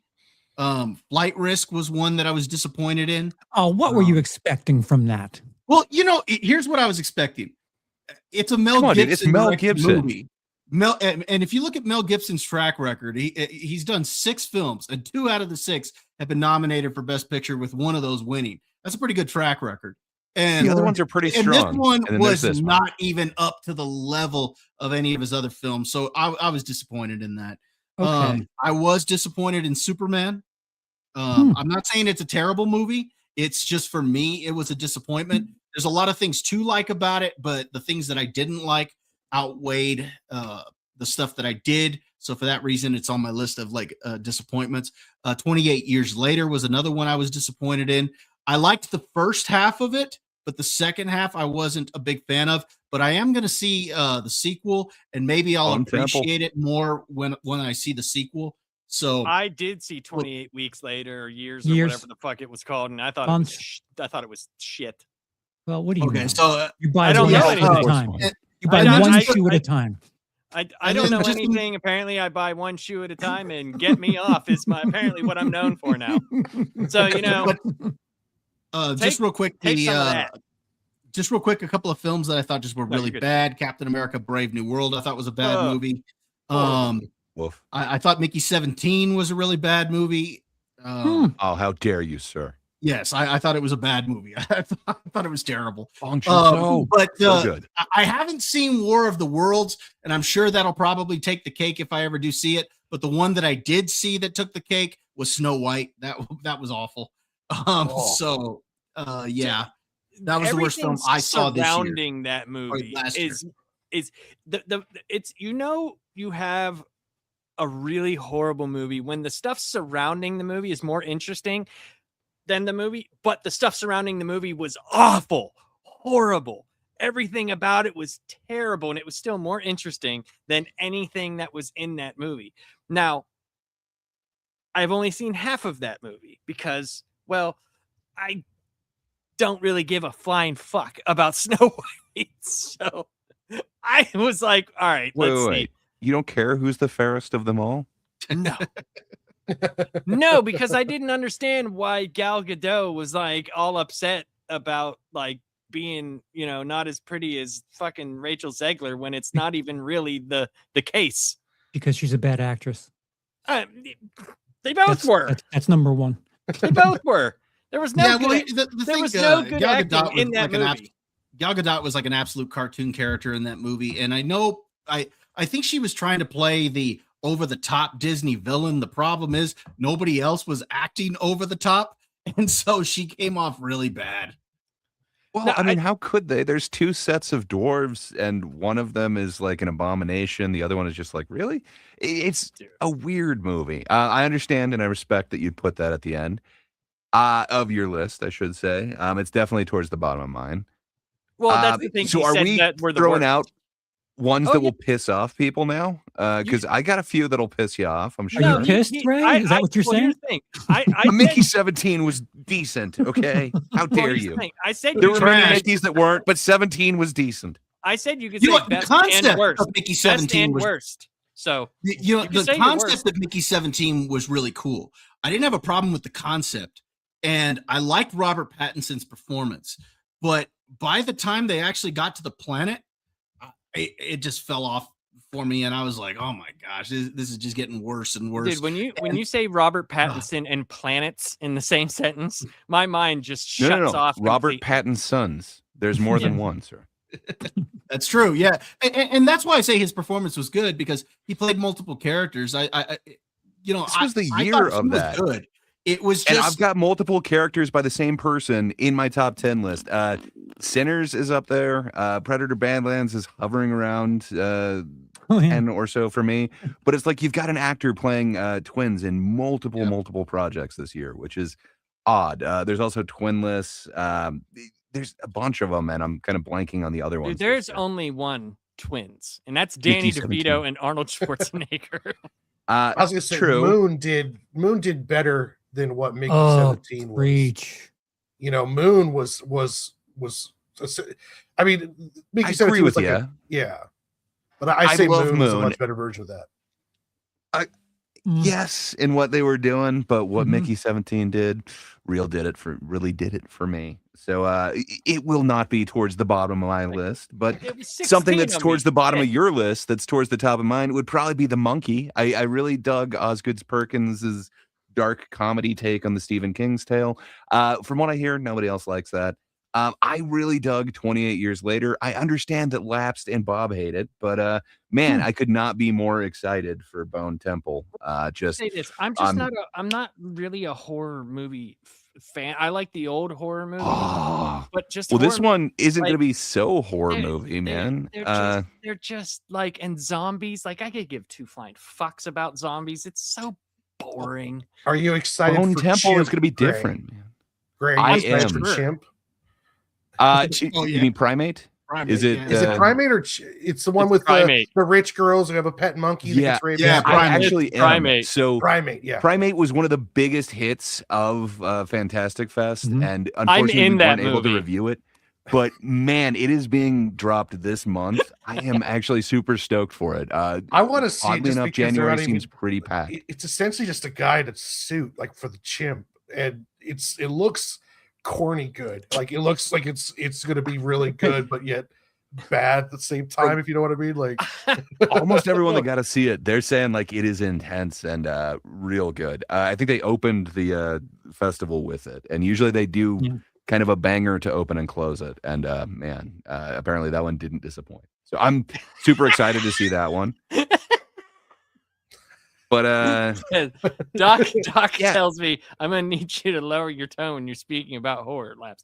That's true. Everyone should. I just good. Don't. No judgment. I'm the worst when it nothing like that. I don't know. It doesn't get me the way that it should. Like my wife is a huge horror fan.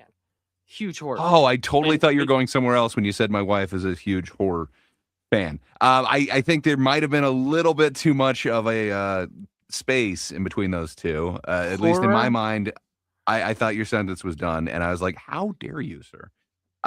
But yeah, right. So Bob mentioned the Naked Gun, and if you're into that kind of spoof humor, which is awesome, and then if you're also into Downton Abbey, that Venn diagram is kind of small, but if you're in that narrow part, fuck them all.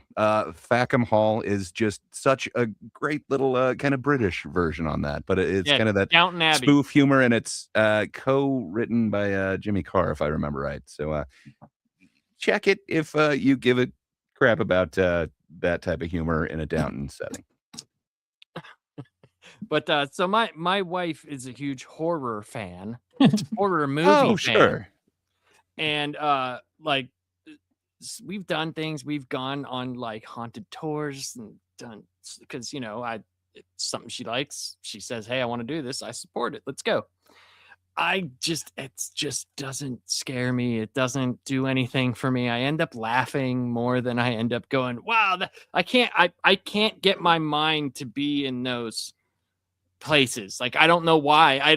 And I love the old Universal horror movies. I love those. I love the Hammer movies. Like it could be, like things that are scary to me are like, being homeless and like, being on a train full of killers that, some of them are. So you haven't seen Killer Train 7 then? No, but I like this time you're my home. way from Florida to Florida to freaking California. The dude I was with was like, "Do not fall asleep on any of these." Dude, I'm telling you, like when we would stop at certain stops, like when they would tell us he would be like, "All right, you got to get ready to jump," because they have checks. Like all these bums, dude, you would see them just beef, beef, beef, beef, beef, beef, beef, beef, jumping into every. It's crazy, dude. And they will rob you, and they will knife you, and they will do that. Like that shit's scary to me. But fucking like Pennywise and fucking this ghost that's supposedly haunting this room. Did you see that chair move? Did you see it? That there's electromagnetism. Did you see my meter go up? What if it's the ghost of a train drifter, though? What if it's a homeless person behind the train making it move, or behind the chair? Just well, I mean, it depends. With a knife in hand. If he hasn't, dude, that's pretty terrifying. Dude. So homeless are like that's homeless man, cinema for you. Homeless man wants to steal your pants because he's fucking cold. They're gonna kill you, dude. They're gonna kill you for some pants. Did you like Hobo with a Shotgun? Never saw such a good movie. Classic. Like all that like haunted tour shit, dude. I remember we went to Moundsville Prison, supposedly one of the most haunted prisons in the United States. Dude, I fell asleep in a solitary confinement cell in the dark. Literally fell asleep, and they had like little walkie-talkies, and you're supposed. Did you hear that noise? Like fucking shut up. I'm trying to sleep. You're watching them wrong. I think horror movies are supposed to be experienced in a different way, Lapsed. I'm sure they are. I said I can't get my mind into that space. I said but, that. Like I can't. I try to. But to be fair to Lapsed, and my channel is kind of like this too. My community's like, Charles, why don't you sing the praise of horror a bit more? Because I feel like the horror community takes itself a little too seriously and acts like every single thing that is a horror is awesome. And it's kind of like, I don't know, certain Marvel kids, like every single Marvel movie is great because Marvel made it. That's kind of similar in the horror community, where it's like, man, my top 5 of the year are all horror movies, and it's only February. And it's like, slow down, just slow down. There's other genres, and these movies suck. Okay, I'm just saying. Doc asked, "Have I seen Human Centipede?" Yes. Most hilarious movie ever. Ever, dude. The end when he's doing this and they're all just eating shit. I'm like, I mean, there's one part that always gets me in there, and they're eating shit. This is fantastic. This is great. I admit, I always crack up every time the doctor looks at the picture of the dogs and is like, 1 dog, 2 dog, 3 dog. Like, I don't know why you need to do that, and they've got a perfect symbol for it, but I know of a horror movie from this year that, as Charles was saying, takes itself way too seriously. It may piss some people off that I'm mentioning it, but God, it sucks. And if it's not the lowest, it is damn close to it on mine. I don't know why Jordan Peele's name is associated with it at all. He's just a producer, but you would have thought from all the marketing that he like actually had something to do with this. And it has to do with, selling your soul in professional sports. So isn't it just like amazing? But that is one of the biggest disappointments that I had all of last year. I was like, that thing looks interesting.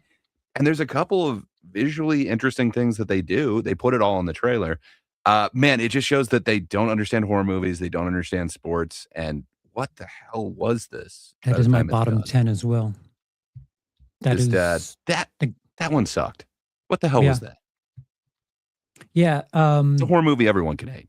I don't know. She said not into paranormal, more frat boy humor. Understood. Well, you would have to kind of go to college, maybe. I mean, I went to 8th grade. That's close, right? That's close to college, right? Work on the high school stuff. Labs, I agree with you though. Like, I just find it to funny. Me, like my more favorite horror films are the ones that turn into comedies. I don't really get scared. I don't get freaked out. I don't feel tense moments. A lot of times in horror films, I think you see the trailers where everyone's like, oh, they're watching it, and then you go watch it yourself, and it's just like, I don't see why anyone would get upset with any of this stuff that's going on. A lot of times I think horror films take themselves way too seriously. I do like the guy who did The Witch. I think he does a really good job of building tension, even though his pacing might be a little bit slow. But for a lot of these horror, like I didn't get into any of the Conjuring ones or any of those kind of Blumhouse where they were just generating them out. None of the Jordan Peele movies really sit with me too well. Like I like Sinners, but Sinners didn't scare me. It was just a badass movie. I think it's realizing that you recognize two different characters and one of them is being threatened by another. And it's kind of like that Tarantino, ooh, shit's gonna pop off. Like in that second half of Sinners, Go on. I can name a horror movie. Like what might not be horror, but it was like somewhat scary that I didn't like laugh at. And that movie Frailty, wasn't that from 2003 with Bill Paxton? Bill Paxton. I thought that was a cool movie. Sure. I didn't like laugh at it. I was like, oh, this is kind of neat, But I think it's just I don't know why. Maybe I'm just so desensitized. Like, I don't want to go into certain things, but there's a couple of moments in my life that I'm 100% serious that I've seen some things that were just like horrifying. Right. And it just doesn't like those type of things for some reason. And like, I've tried, trust me, I have tried because I've tried. I love my wife, and she loves that stuff. And I've tried to get into those things with her and tried. It's to the point where, I mean, we've been married 25 years, have been together 27 years, to the point where she does not want me to go to the movies if we go see horror movies because she knows I've tried so hard, and I'll just sit there and I'll be like, this is so dumb. This is so dumb. Just punch it in the face. Yeah, it's life Walk experience.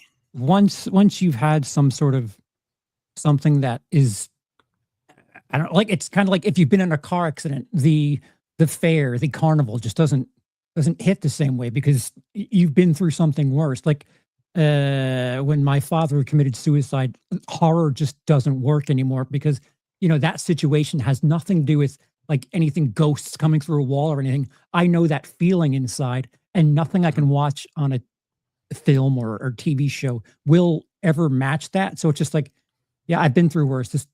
I could turn this off too. I've tried I have tried taking easier approaches to it, just looking at it for what it is and being like, well, if this was actually happening in that, in this world, right, that would be terrifying, right? But it just, for some reason, it just doesn't work on me. So, and I've remember when, Doc makes a comment right here. Hold on. She makes a comment right here. It's a good point. It says, and Charles has tried, he's watched Irreversible multiple times. You remember whenever we had the discussion and we were talking about the 15? Yeah. Or what is it? The disturbing films. Yep. Right. And you remember what I said? And I was like, I'll watch. And you guys were like, don't watch all them in a row. Dude, I watched 5 of them in one day. I just sat there like this. Yeah. But like, I think Right.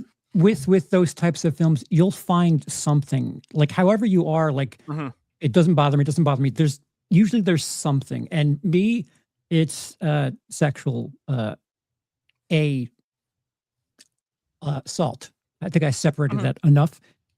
It's not so much that it happens like I think of them filming that scene, the actors, like how do you act that scene out where Money. it's believable? Sure. Just Money throwing does a money lot of at things, you. dude. You'd be surprised. That's called stripping or prostitution. That's a little bit different. Oh, I've been to some parties where money has been exchanged for things that I've seen where you would be like, fucking really? People will do some shit for some money, let me tell you. And I'm sure you know that. But no, I know what you're saying. I try to make light of it. There are some things, yes, that do deeply affect me personally, but most of them are not portrayed in movies. And also, when you've had something like that happen, you really don't want to re-experience it. Right. So it's not like testing yourself. Ooh, I can get through this. It's more like you said, like I learned from this. I don't want to ever hear or see this ever again, like ever. And you know, especially I have a hard time when I'm watching a movie, you know, it's like I can tell you this, Doc, she makes a comment. I fear nothing. What is that? I fear nothing. Submechanophobia exists. I fear one thing. Mechanophobia, submechanophobia. Is that how you say it? I don't know. I could tell you one thing. It's not that I fear, but I hate. Like, I don't like being restricted. I do not like it. I don't want it. You know, I don't like that.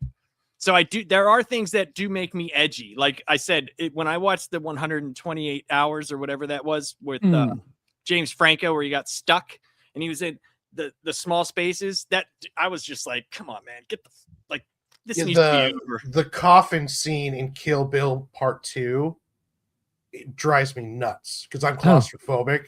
Oh, dude, watch Buried, or there's a low budget movie called Crawl or Die, and it's on this like alien planet or whatever, and they have to crawl through this tunnel, but it keeps getting tighter and tighter tighter. Like, those like videos where they talk about people who do cave spludunking and then like get caught. Like, that shit is like my heart starts racing. I'm just like, oh no. Dude, when I see those people like go into the caves, right, and it's like they're like literally like to get through, I'm like, how are you getting back? How, like, where you did? What if there's no other hole? This is horrible. Like that, I will admit, I don't like that. Up by Mount St. Helens, they got an area called the Ape Caves, which is like a lava tunnel. I've only been to the outside of it. I heard there was a part where you have to duck down and crouch to get through, and I was like, well, I'm not going. So F that. When I was little, my grandparents took me to the Laurel Caverns, and you go all the way down this elevator, and then there's like water down there. You get in these little boats, right? And they take you around, and then you get off and go through. I wouldn't get off. I refused to. My brother was like, come on, you know, your older brother to make you. Nope. Me and Nana went all the way back around. Because this is what I said. You think I'm going to go in there? You're fucking dumb. I'm not getting stuck in there. This vacation would be exactly where I die. That is my luck. Yeah, it's usually people that want to have exhilarating experiences like that don't have any experience with things. Usually it's like middle-class teenage girls that want to be scared by the Conjuring movies because they don't know anything. Like they've been safe for most of their life. People who want to take a boat ride in a fucking endless. Yeah. That is like, they just don't know anything. Like they're trying to I don't know. Like I had an exhilarating, time in my life. I did bungee jumping. I jumped out of a plane. I've done those things. Where like bungee jumping, dude, like I remember the guy, whenever he got it all done, like, cause they have to get everything strapped in first and then they tell you for like a minute, like this is what you need. And he was like, all right, so I went, wee! I just jumped right off. I was like, it's good. All right, we're good. Bye. See you later. And it was crazy. The torque on the up whip, dude, that's scarier than when you're actually going down. Because I don't know if anybody's bungee jumped. Any of you guys? No. First whip back, dude. Because you go and you feel the band, but you also feel your insides being stretched, and then all of a sudden it whips you back up, and then you feel like you've shrunk, but you're still like in that same position. I don't even like Ferris wheels that go too fast, let alone bungee jumping. I'm no roller coasters, none of that shit for me. I stay away from that stuff. That feeling you get in your stomach, I hate that feeling. When I was going through basic training, I didn't realize how much you get brainwashed by the Army until they asked people if they wanted to sign up for airborne school. And I was like, yeah, you know what? I want to jump out of a plane. That sounds like a lot of fun. Yeah. And because I was reserve duty, they said, well, okay, well, you'll go back to your unit, and then your unit will send you over. So I got back. I had been back a couple of weeks, and I was like, I don't want to jump out of a plane. Why would I want to jump out of a perfectly good airplane? But while I was going through basic training, and we're singing songs about jumping out of airplanes and going to war and everything, it was like, yeah, that sounds like a great idea. Did you do it? And yeah, as soon as I got back, I was like, no, dude. No. Did you do it? No. Oh, dude. Dude, when you first go, because I had to be strapped to someone because I'd never done it before. Fuck that. Dude, when you go, the first thing that happens, all your air goes just gone. You're like, and then you can start dude, it is so much fun. It is so fun, dude. I'll take your word for it. Yeah, I want to so here. Fun. So fun. I'll leave that to Tom Cruise. It's funny, I'm this. convinced though that if I had done active duty as opposed to doing reserve duty, I probably would have done it, because you would have had to. I was all gung ho at that time and everything, and I was ready to go to airborne school and do all these follow ups. And then, like I said, as soon as I got home and I had a couple of weeks before I could fill out paperwork or anything, I was like, no, I don't want to do this. Well, think about it. If you talk, like you talked about, you said no reserves. Imagine if you were active duty and you said that in front of your boys and didn't do it. Yeah. The next thing, Bob would have been standing there like this at the plane. Like, I would have done it if I was active duty, and I'm pretty sure I would not have been afraid to do it, because I've got this. I do not like heights. But yet, when we were doing like the obstacle courses and we were propelling and stuff like that, none of it was bothering me, because I was all hyped up and excited to be there. You're in basic and the AIT, that you really get sucked into it, and then you're all like gung ho and ready to go. But I'll just play Call of Duty. I'll just play Call of Duty. That's fine. What's up, Savage Dad? How you doing? Happy New Year. Happy all that stuff. Yeah. But yeah, like they're I really do wish that was something that I could enjoy on a deeper level, just because I want something else to experience with my wife, because I love spending time with her. And have you tried like horror comedies, like the Evil Dead series? I like Evil Dead. It's okay. I thought Evil Dead 2 was funny. The first one, not so much. But I liked Army of Darkness. I thought that was funny. Army of Darkness, man, great. Yeah, and I watched the one. What was it like? Was it the wrestlers and let's just say wrestlers and German soldiers? I don't know if I could say the word Nazis. Yeah, can we say that? Are we not? Just say Nazis. We understand. Well, it was wrestlers and Nazis or something like that. Zombie Nazis or something. It was hilarious. It had Roddy Piper in it. I can't remember. I did like They Live. I thought that was cool. Is it the one with the moon? What am I thinking of with the soldiers? Let me look it up. Just because it's gonna bother me. Laps, if you want to shoot at the private chat there. Oh, okay. Yeah, I got a bill. I just got a message from my daughter. I need to go pick her up from work. So I was hoping she would get a ride from her coworker, but she's not going to be able to. So I need to pick her up. But well, hey, Bob. I will see you guys next week. And this was a blast. Next week, it's Lunchbox Comics, and we are doing our own lists for Kevin Smith movies. Okay, just like we did with Quentin, but it'll be with Kevin Smith movies. Yeah. All right, sounds good. Oh, hell yeah. All right, you guys have a good night. Yes, sir. Have a good night, Bob. Thanks for See you, joining sir. us.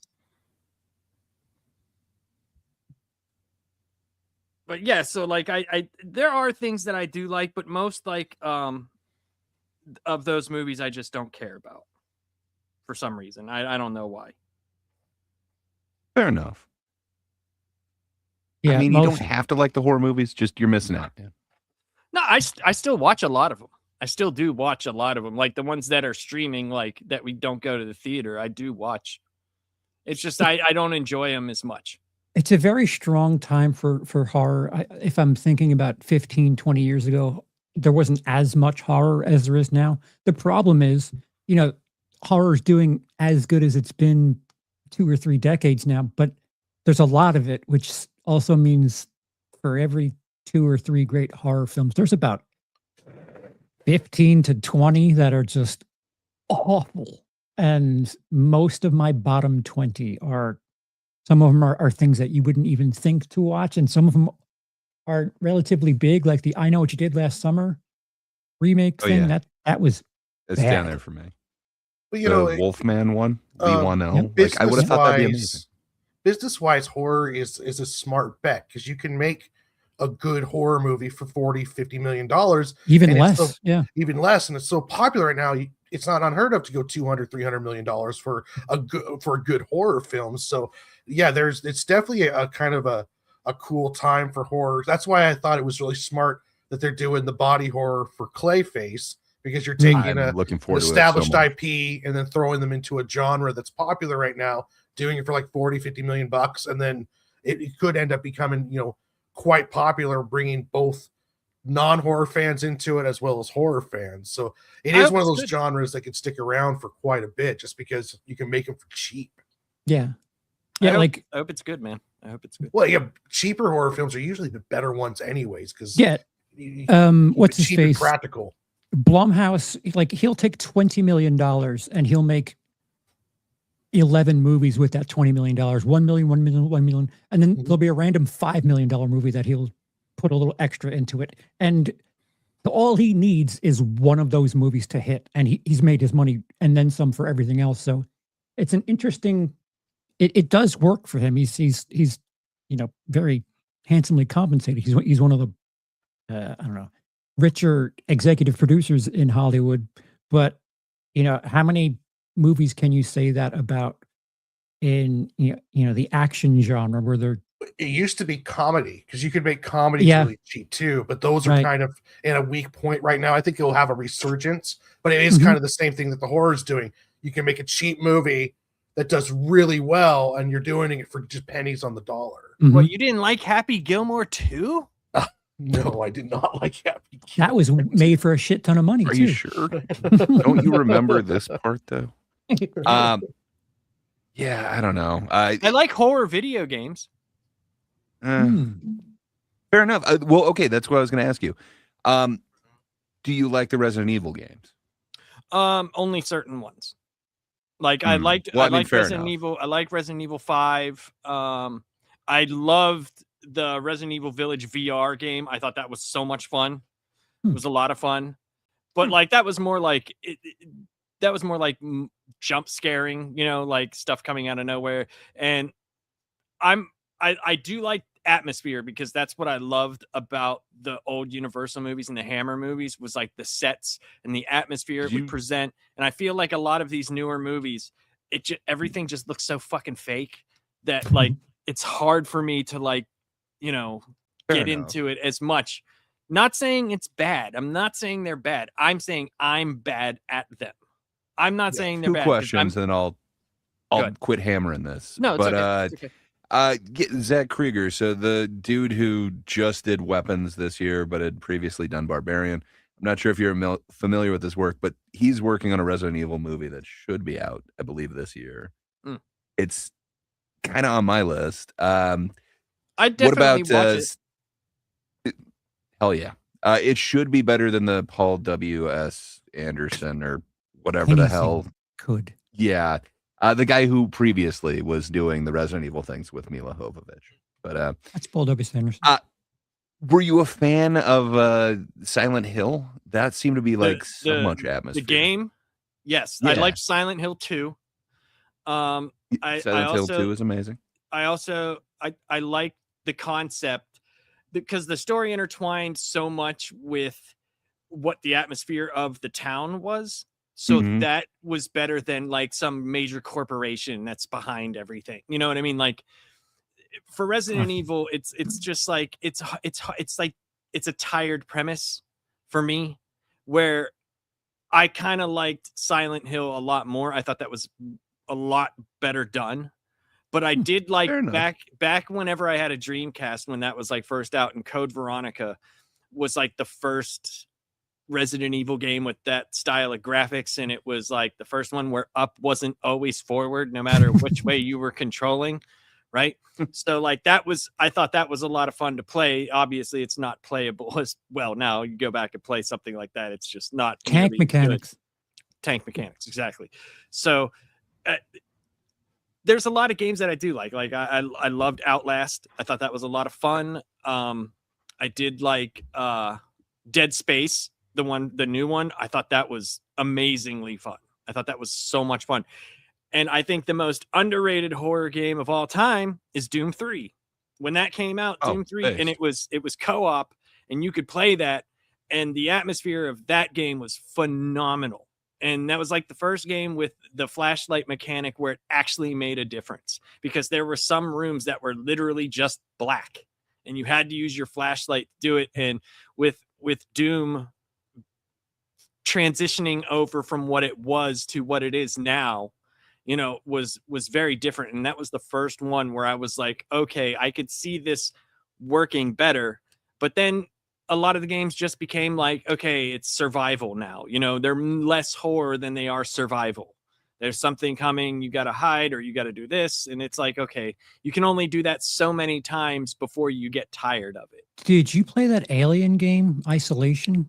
On VR, yes. That's a very good game. That isn't very action heavy. It's just you fucking hiding. Did you play it in VR? I did not. So there's let me see if this is I think I might be wrong. In that game, if you could have, like, if you said something in your mic, the alien can hear you, right? What? Like, I think that was what there was a couple horror games that came out where Incursion, like, streamers that's were what it's doing called. Yes, it is Incursion. That's what it's called. So I have it for PSVR 2 and I have it for the Oculus, which it's way better on VR 2. But and I like the HTC Vive, because like that's one where you can, like, you have the body sensors and you can walk around and stuff like that. But dude, Incursion, just go look it up and just watch some of the gameplay, dude. When you fully are immersed in the ship, right?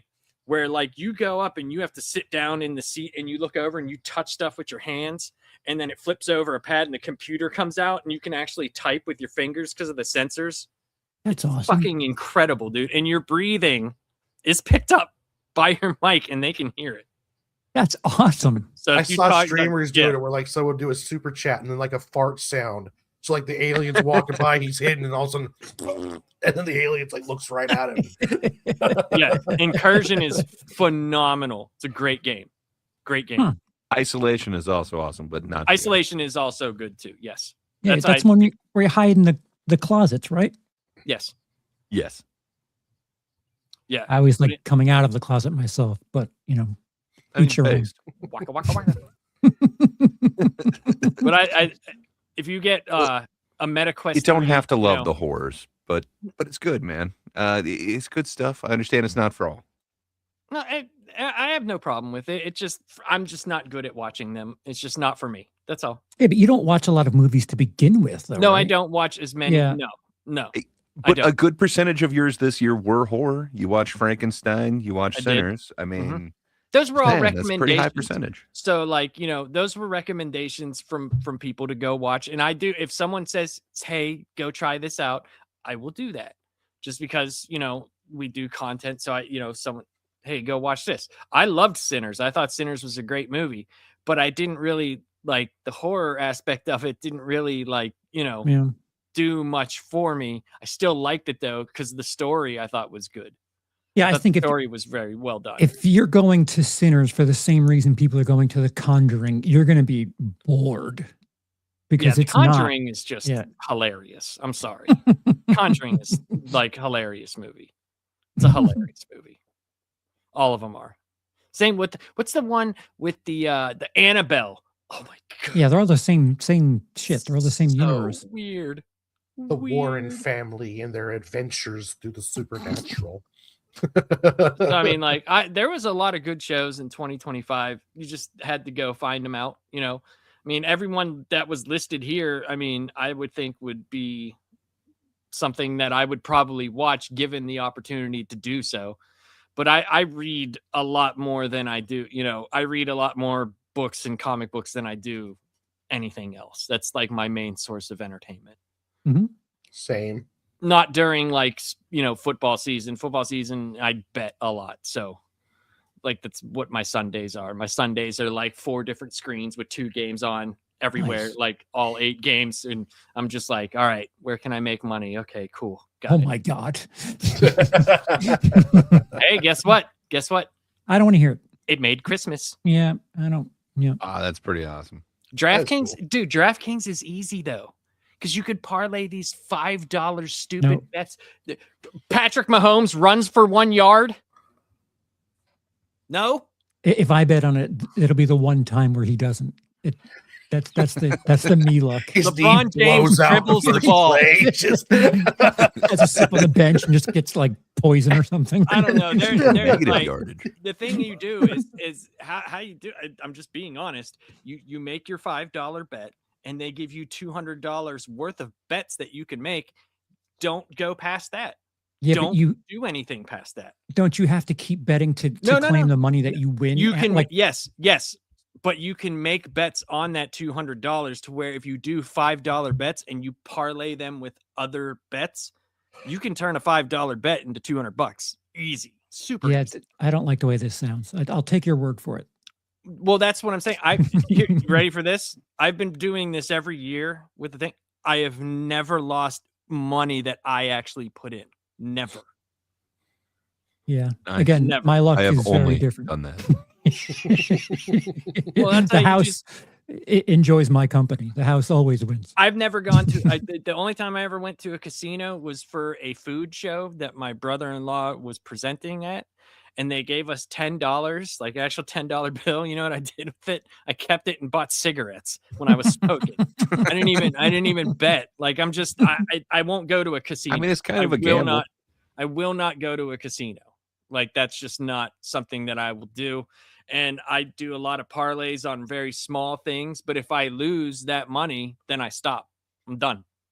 Like I'm done. I wait till the next year. I won't lose any of my actual pocket money except that original $5. Yeah, no, I think sports betting is a bit more educated and informed than like just, going to a roulette wheel or something. I also feel like poker, as someone who's dealt cards at a social establishment, there's a bit more of strategy to that too.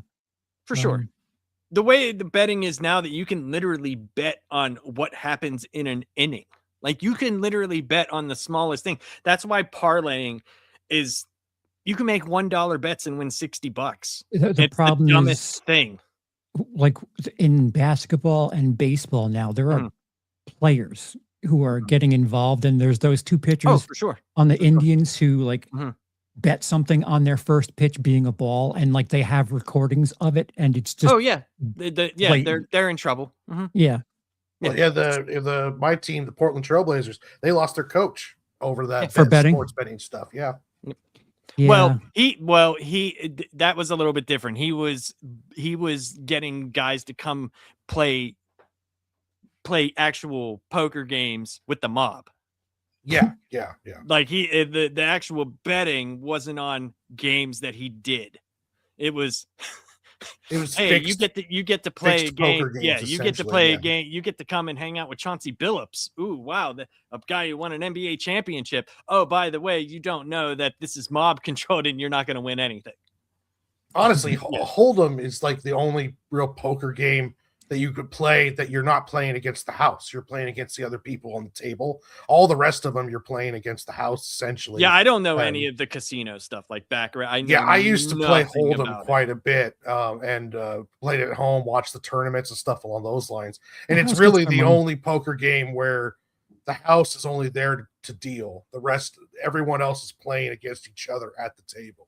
They have a rake, though. They make money off of it. They make monies per each bet, whatever the percentage of the pot is. If it's a no limit hold'em tournament, everyone pays their money in the fee, and then the house gets off of that. But when you're talking about odds wise, if you're playing blackjack, it's a 50-50, but you're against the house. Any of the other card games, you're playing against the house, and then that's where it gets weird, and they start manipulating shit. And Yep, I'm homeless.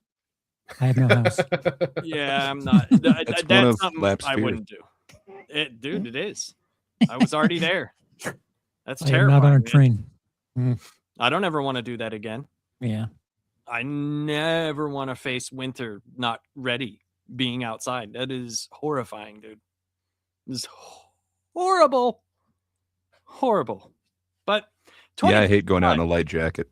This next segment brought to you by DraftKings. Use code CP200 for just put in the word last panel and get 25% off your next bet. Yeah, you'll get percentages off your bet. You'll lose more money. But 2025 I thought was nowhere near as bad a year as people think it was for entertainment. Like it was not good as say a plethora of things. It definitely wasn't good for the movies, like the theater, but like I think that's completely changing. I find the theater going the way of like, something being in there for a weekend and then it's done. The element of FOMO isn't exclusive to theaters anymore. You're spoiled for choice at this point. I don't think the way theaters were when we were all kids, like, oh, did you see the big movie that came out this weekend? It's not like that anymore. There's other shit to do that people are talking about on the internet. Like the FOMO cycle is so quick where, Friday, the big movie could be one thing, but by Sunday night, everyone's talking about something else. So right. And back when we were kids, if you didn't see that movie, you'd have to wait a year. Yeah. For it to come out the summer on Blockbuster video. Wasn't coming on video until after Christmas. Right. You were lucky if a movie that came out in June was on VHS or DVD by Christmas. Oh, dude, it was way worse whenever I was a kid. Turtles came out. Oh, yeah. It didn't come out for 12 months. Well, what's interesting is that, the movies weren't bad. We all talked about really good movies out there. So it just shows you that, and I was talking about this on MSK, which he still fights me on, is that I think the whole profit system for movies is completely different than what it used to be with that whole 2.5 crap. They do the 2.5 because they think in business you pay yourself. Like like nobody does that. It's not how it works. Like, it seems like the movie theater thing's become more of a niche or niche kind of thing as we go along. And I think the windows are going to get shorter and shorter. Eventually Disney will break, because right now Disney's the only real holdout on having it in long time in the theater. Like if Predator Badlands was done by Fox originally, we would have already had it on video on demand now, but we're not going to get it to like the end of January, because that's how just Disney works with their stuff. Yeah, that's like Disney's eating it because of what happened during COVID.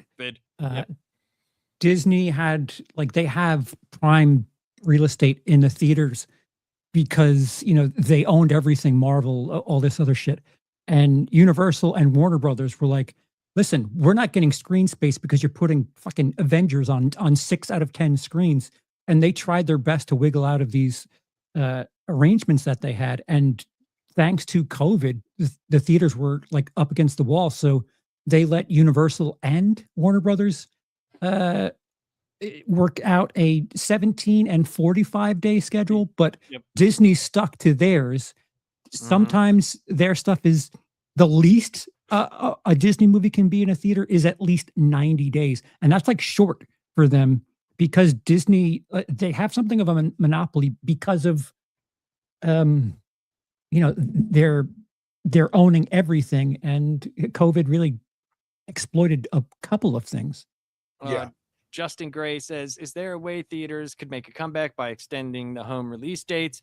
TV has gone back to week instead of binge releases. Well, I mean, regular cable TV has usually been week to week, like, and then they would take a break and then come back. You have sweeps that happen. You know what Justin means, though? Like, it used to be like a whole season would drop at once and then everyone could like binge it. Now it's gone back to most shows are going like one episode per week. Even when they're on streaming. Well, yeah. So essentially, just to say, like, what if it went back to the way it was, where it's like you're not going to see the movie for 6 months after its theatrical release. Would that change it for theaters?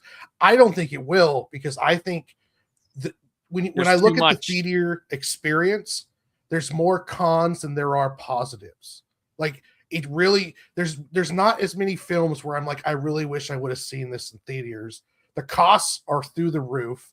And also, too, it's just not always the best experience to go to a theater and to sit down like it used to be. It's lost a certain aura around it, if you will.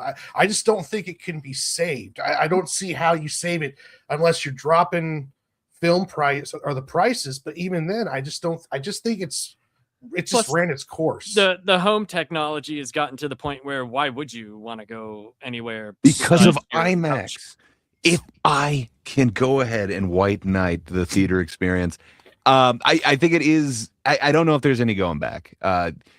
First off, the studios, they have to love this model because they get to split the proceeds. They have no incentive to help the theaters out. Yeah. None. Yeah. Right. And you made the theaters have no pull on it.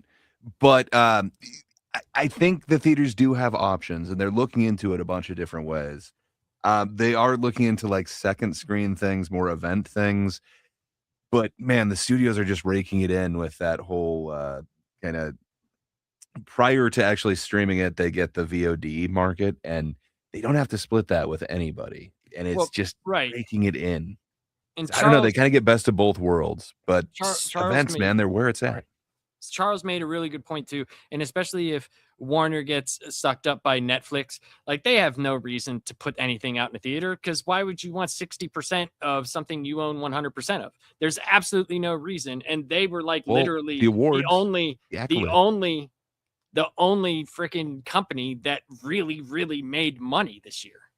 The one studio, if you're really a white knight and champion for the theater going experience, the one studio you need to root for is Sony, because they own Alamo Drafthouse now. So they have an incentive owning Alamo. This will never happen, but if they said, the new Spider-Man movie is only at Alamo Drafthouse and it's only going to be there, you won't be able to watch it for at least 6 months. Then maybe you'll have this FOMO element where people, if they know, it's like they won't be able to watch it on VOD, they won't watch it on a streaming service, they have to go to a particular place to see it. It's got to be something good, first of all. It needs to have some sort of buzz. I don't have much confidence in that, but because Sony has a chunk of a theater chain, they have some sort of interest, some sort of investment in it doing well. But like you brought up, Netflix owning Warner is like the death knell for the theater industry. Yeah, maybe around 2029, I think, is when a lot of these contracts come up. Even the head of Netflix said that it's stuff will change around 2029. But there's also an interesting thing too. Like, I don't know how this would work for movies, but I've noticed this in like TV. You get like a broadcaster who's like America's news broadcaster, and then they leave that channel and they go do their own thing.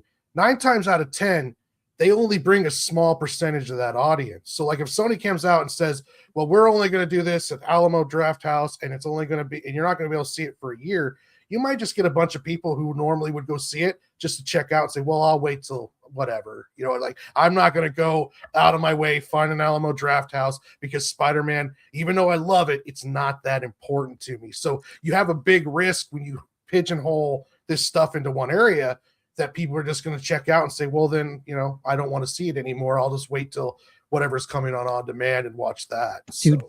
COVID exposed such a backdoor for theaters, because once we had the option to just not leave the house, it was like, oh, this is way better anyway. So like there was no going back. If there is any entertainment industry that just totally got railroaded during COVID, it is the theater industry. And studios were like, hole that they exposed, there was one studio in particular that just like took super advantage of them, and that's Disney, man. Just they're the only ones that have like crazy contracts where they're just able to keep it in the theaters for the longest. Well, they have to, because Universal and Warner being like, yeah, we can't do this anymore. Like we're not going to give you anything. You need to let us out earlier. Yeah, and the tried old saying of, you know, if you have something worth watching or if you have an event, people will come, is not as big unless it's like live sports. Yeah. And like live, you know what I mean? Like it just there's also so much to the point where people complain about the stuff that's out, right? But also there's so much other stuff that you could watch. By the time you're done watching it, guess what's already out? Guess what's there? The thing that you missed at the theater. Oh, it's here. I hate to sound like an old grandpa, but I think Gen Z they're not as interested in going to a theater as we were when we were kids. Like they'd rather just do TikTok or whatever. Like there's so many different things where they just rather do than sit in a theater and be quiet for 2 hours. Yeah. I can't tell you how many times I've seen a cell phone like in the aisle. I'm like, put that fucking thing down. I'm gonna kill you. You're ruining my experience. That the advent of YouTube, TikTok, all that stuff, that's their thing, you know, like, and you're right. And when the stupid are just outbreeding the smart at an incredible rate, and that's what you get. Well, yeah, like growing up, what kids wanted to be was sports star, celebrity entertainer. Now it's content creator. It's just an indescript thing. Like what type of content? I don't know. I just want to be out. See that where how the movie star name doesn't mean anything anymore. Right. You know, it's like very rare. Even when like Tom Cruise is losing his draw ability, even though Maverick did well, and there is still there. But overall, like the movie, the artist's name is not nearly as big as it used to be. Right. And it's just Hollywood, but Hollywood's been going through all sorts of problems for a decade now, of the Weinstein exposures, COVID. I mean, the actors trying to get into like these weird hypocritical political stances. It's just there was a shine on Hollywood, and we lifted them up, and then it's kind of completely been destroyed now. And you know, you get films like Sinners, which was made out of the Hollywood system, and you know, it's Hollywood itself is just in a really kind of bad spot right now for credibility and for fanfare as it used to be. Well, the thing about Sinners was the director bet on himself. Like he literally bought the rights to that too. So like you're going to need people who have talent to put their money where their mouth is and like, listen, willing to take risk. Yeah. Right. Don't pay me now. Listen, this is mine, but you know, it's going to be mine. You could do it. You could put it in theaters. You can do whatever you want with it. But when all is said and done, this shit's mine. And I kind of respect that game where it's just like, we're no longer in the golden age. We're in the brown age. The brown age of cinema. Yeah, that's it. You're right. You're right. There's I don't know. I just don't know. So many things change. Like TV industry changes, music industry changes. It might be that time that the movie industry is changing, and whatever comes next is what it's going to have to be, because you look at movies that were shoo-in billions of dollars, and then like Avatar, look at that. Like that was like shoo-in 1.5 at least. Dude, like the convenience industry just kind of ruined everything. Like the fact that everyone can be a delivery guy at this point is such a wild concept. The fact that everyone could be a taxi driver at this point. Wall-E. We are very close to Wall-E territory. Bring it to me. Bring it to me. Bring it to me.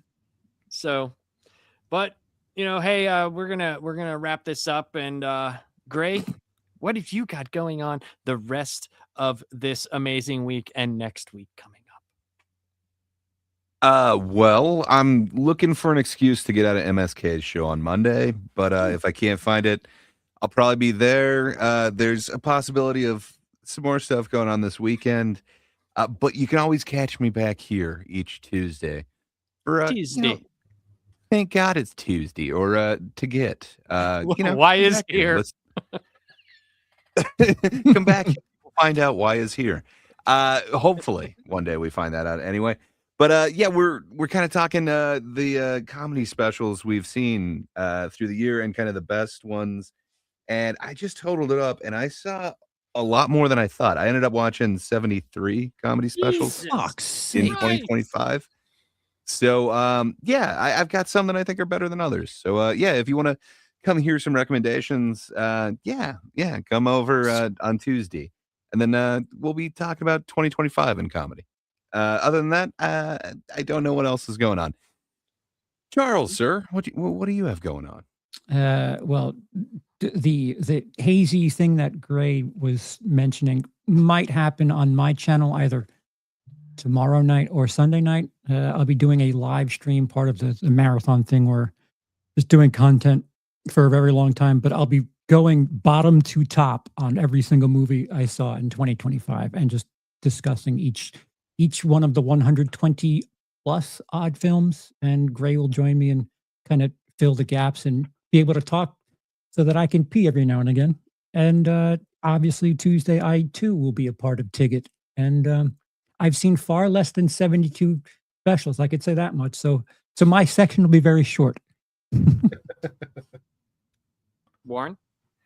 I've got a tomorrow I'm dropping another Lunchbox Comics Spotlight video, and that's essentially a video series I'm going to be dropping every Saturday, where I go through and I put a spotlight of something that I'm reading, whether it's indie comics, manga, or Western mainstream comics.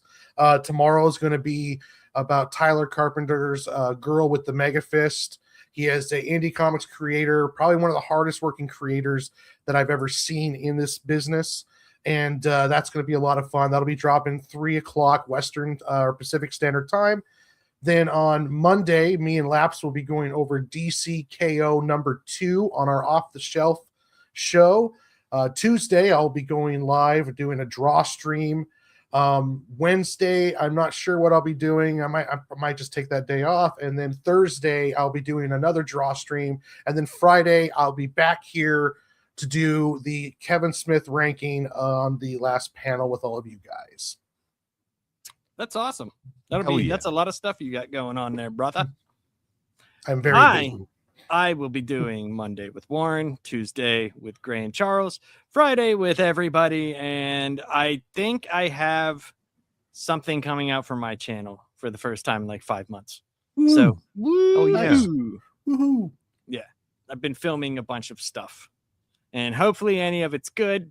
I did all the voiceover work, so just gotta film myself, which is always loads of fun.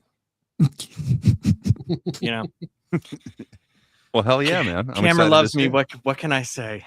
Oh, it does. You are very photogenic. I am, and I always know why is here. So there's that. But all right, guys, have a great weekend, and yeah,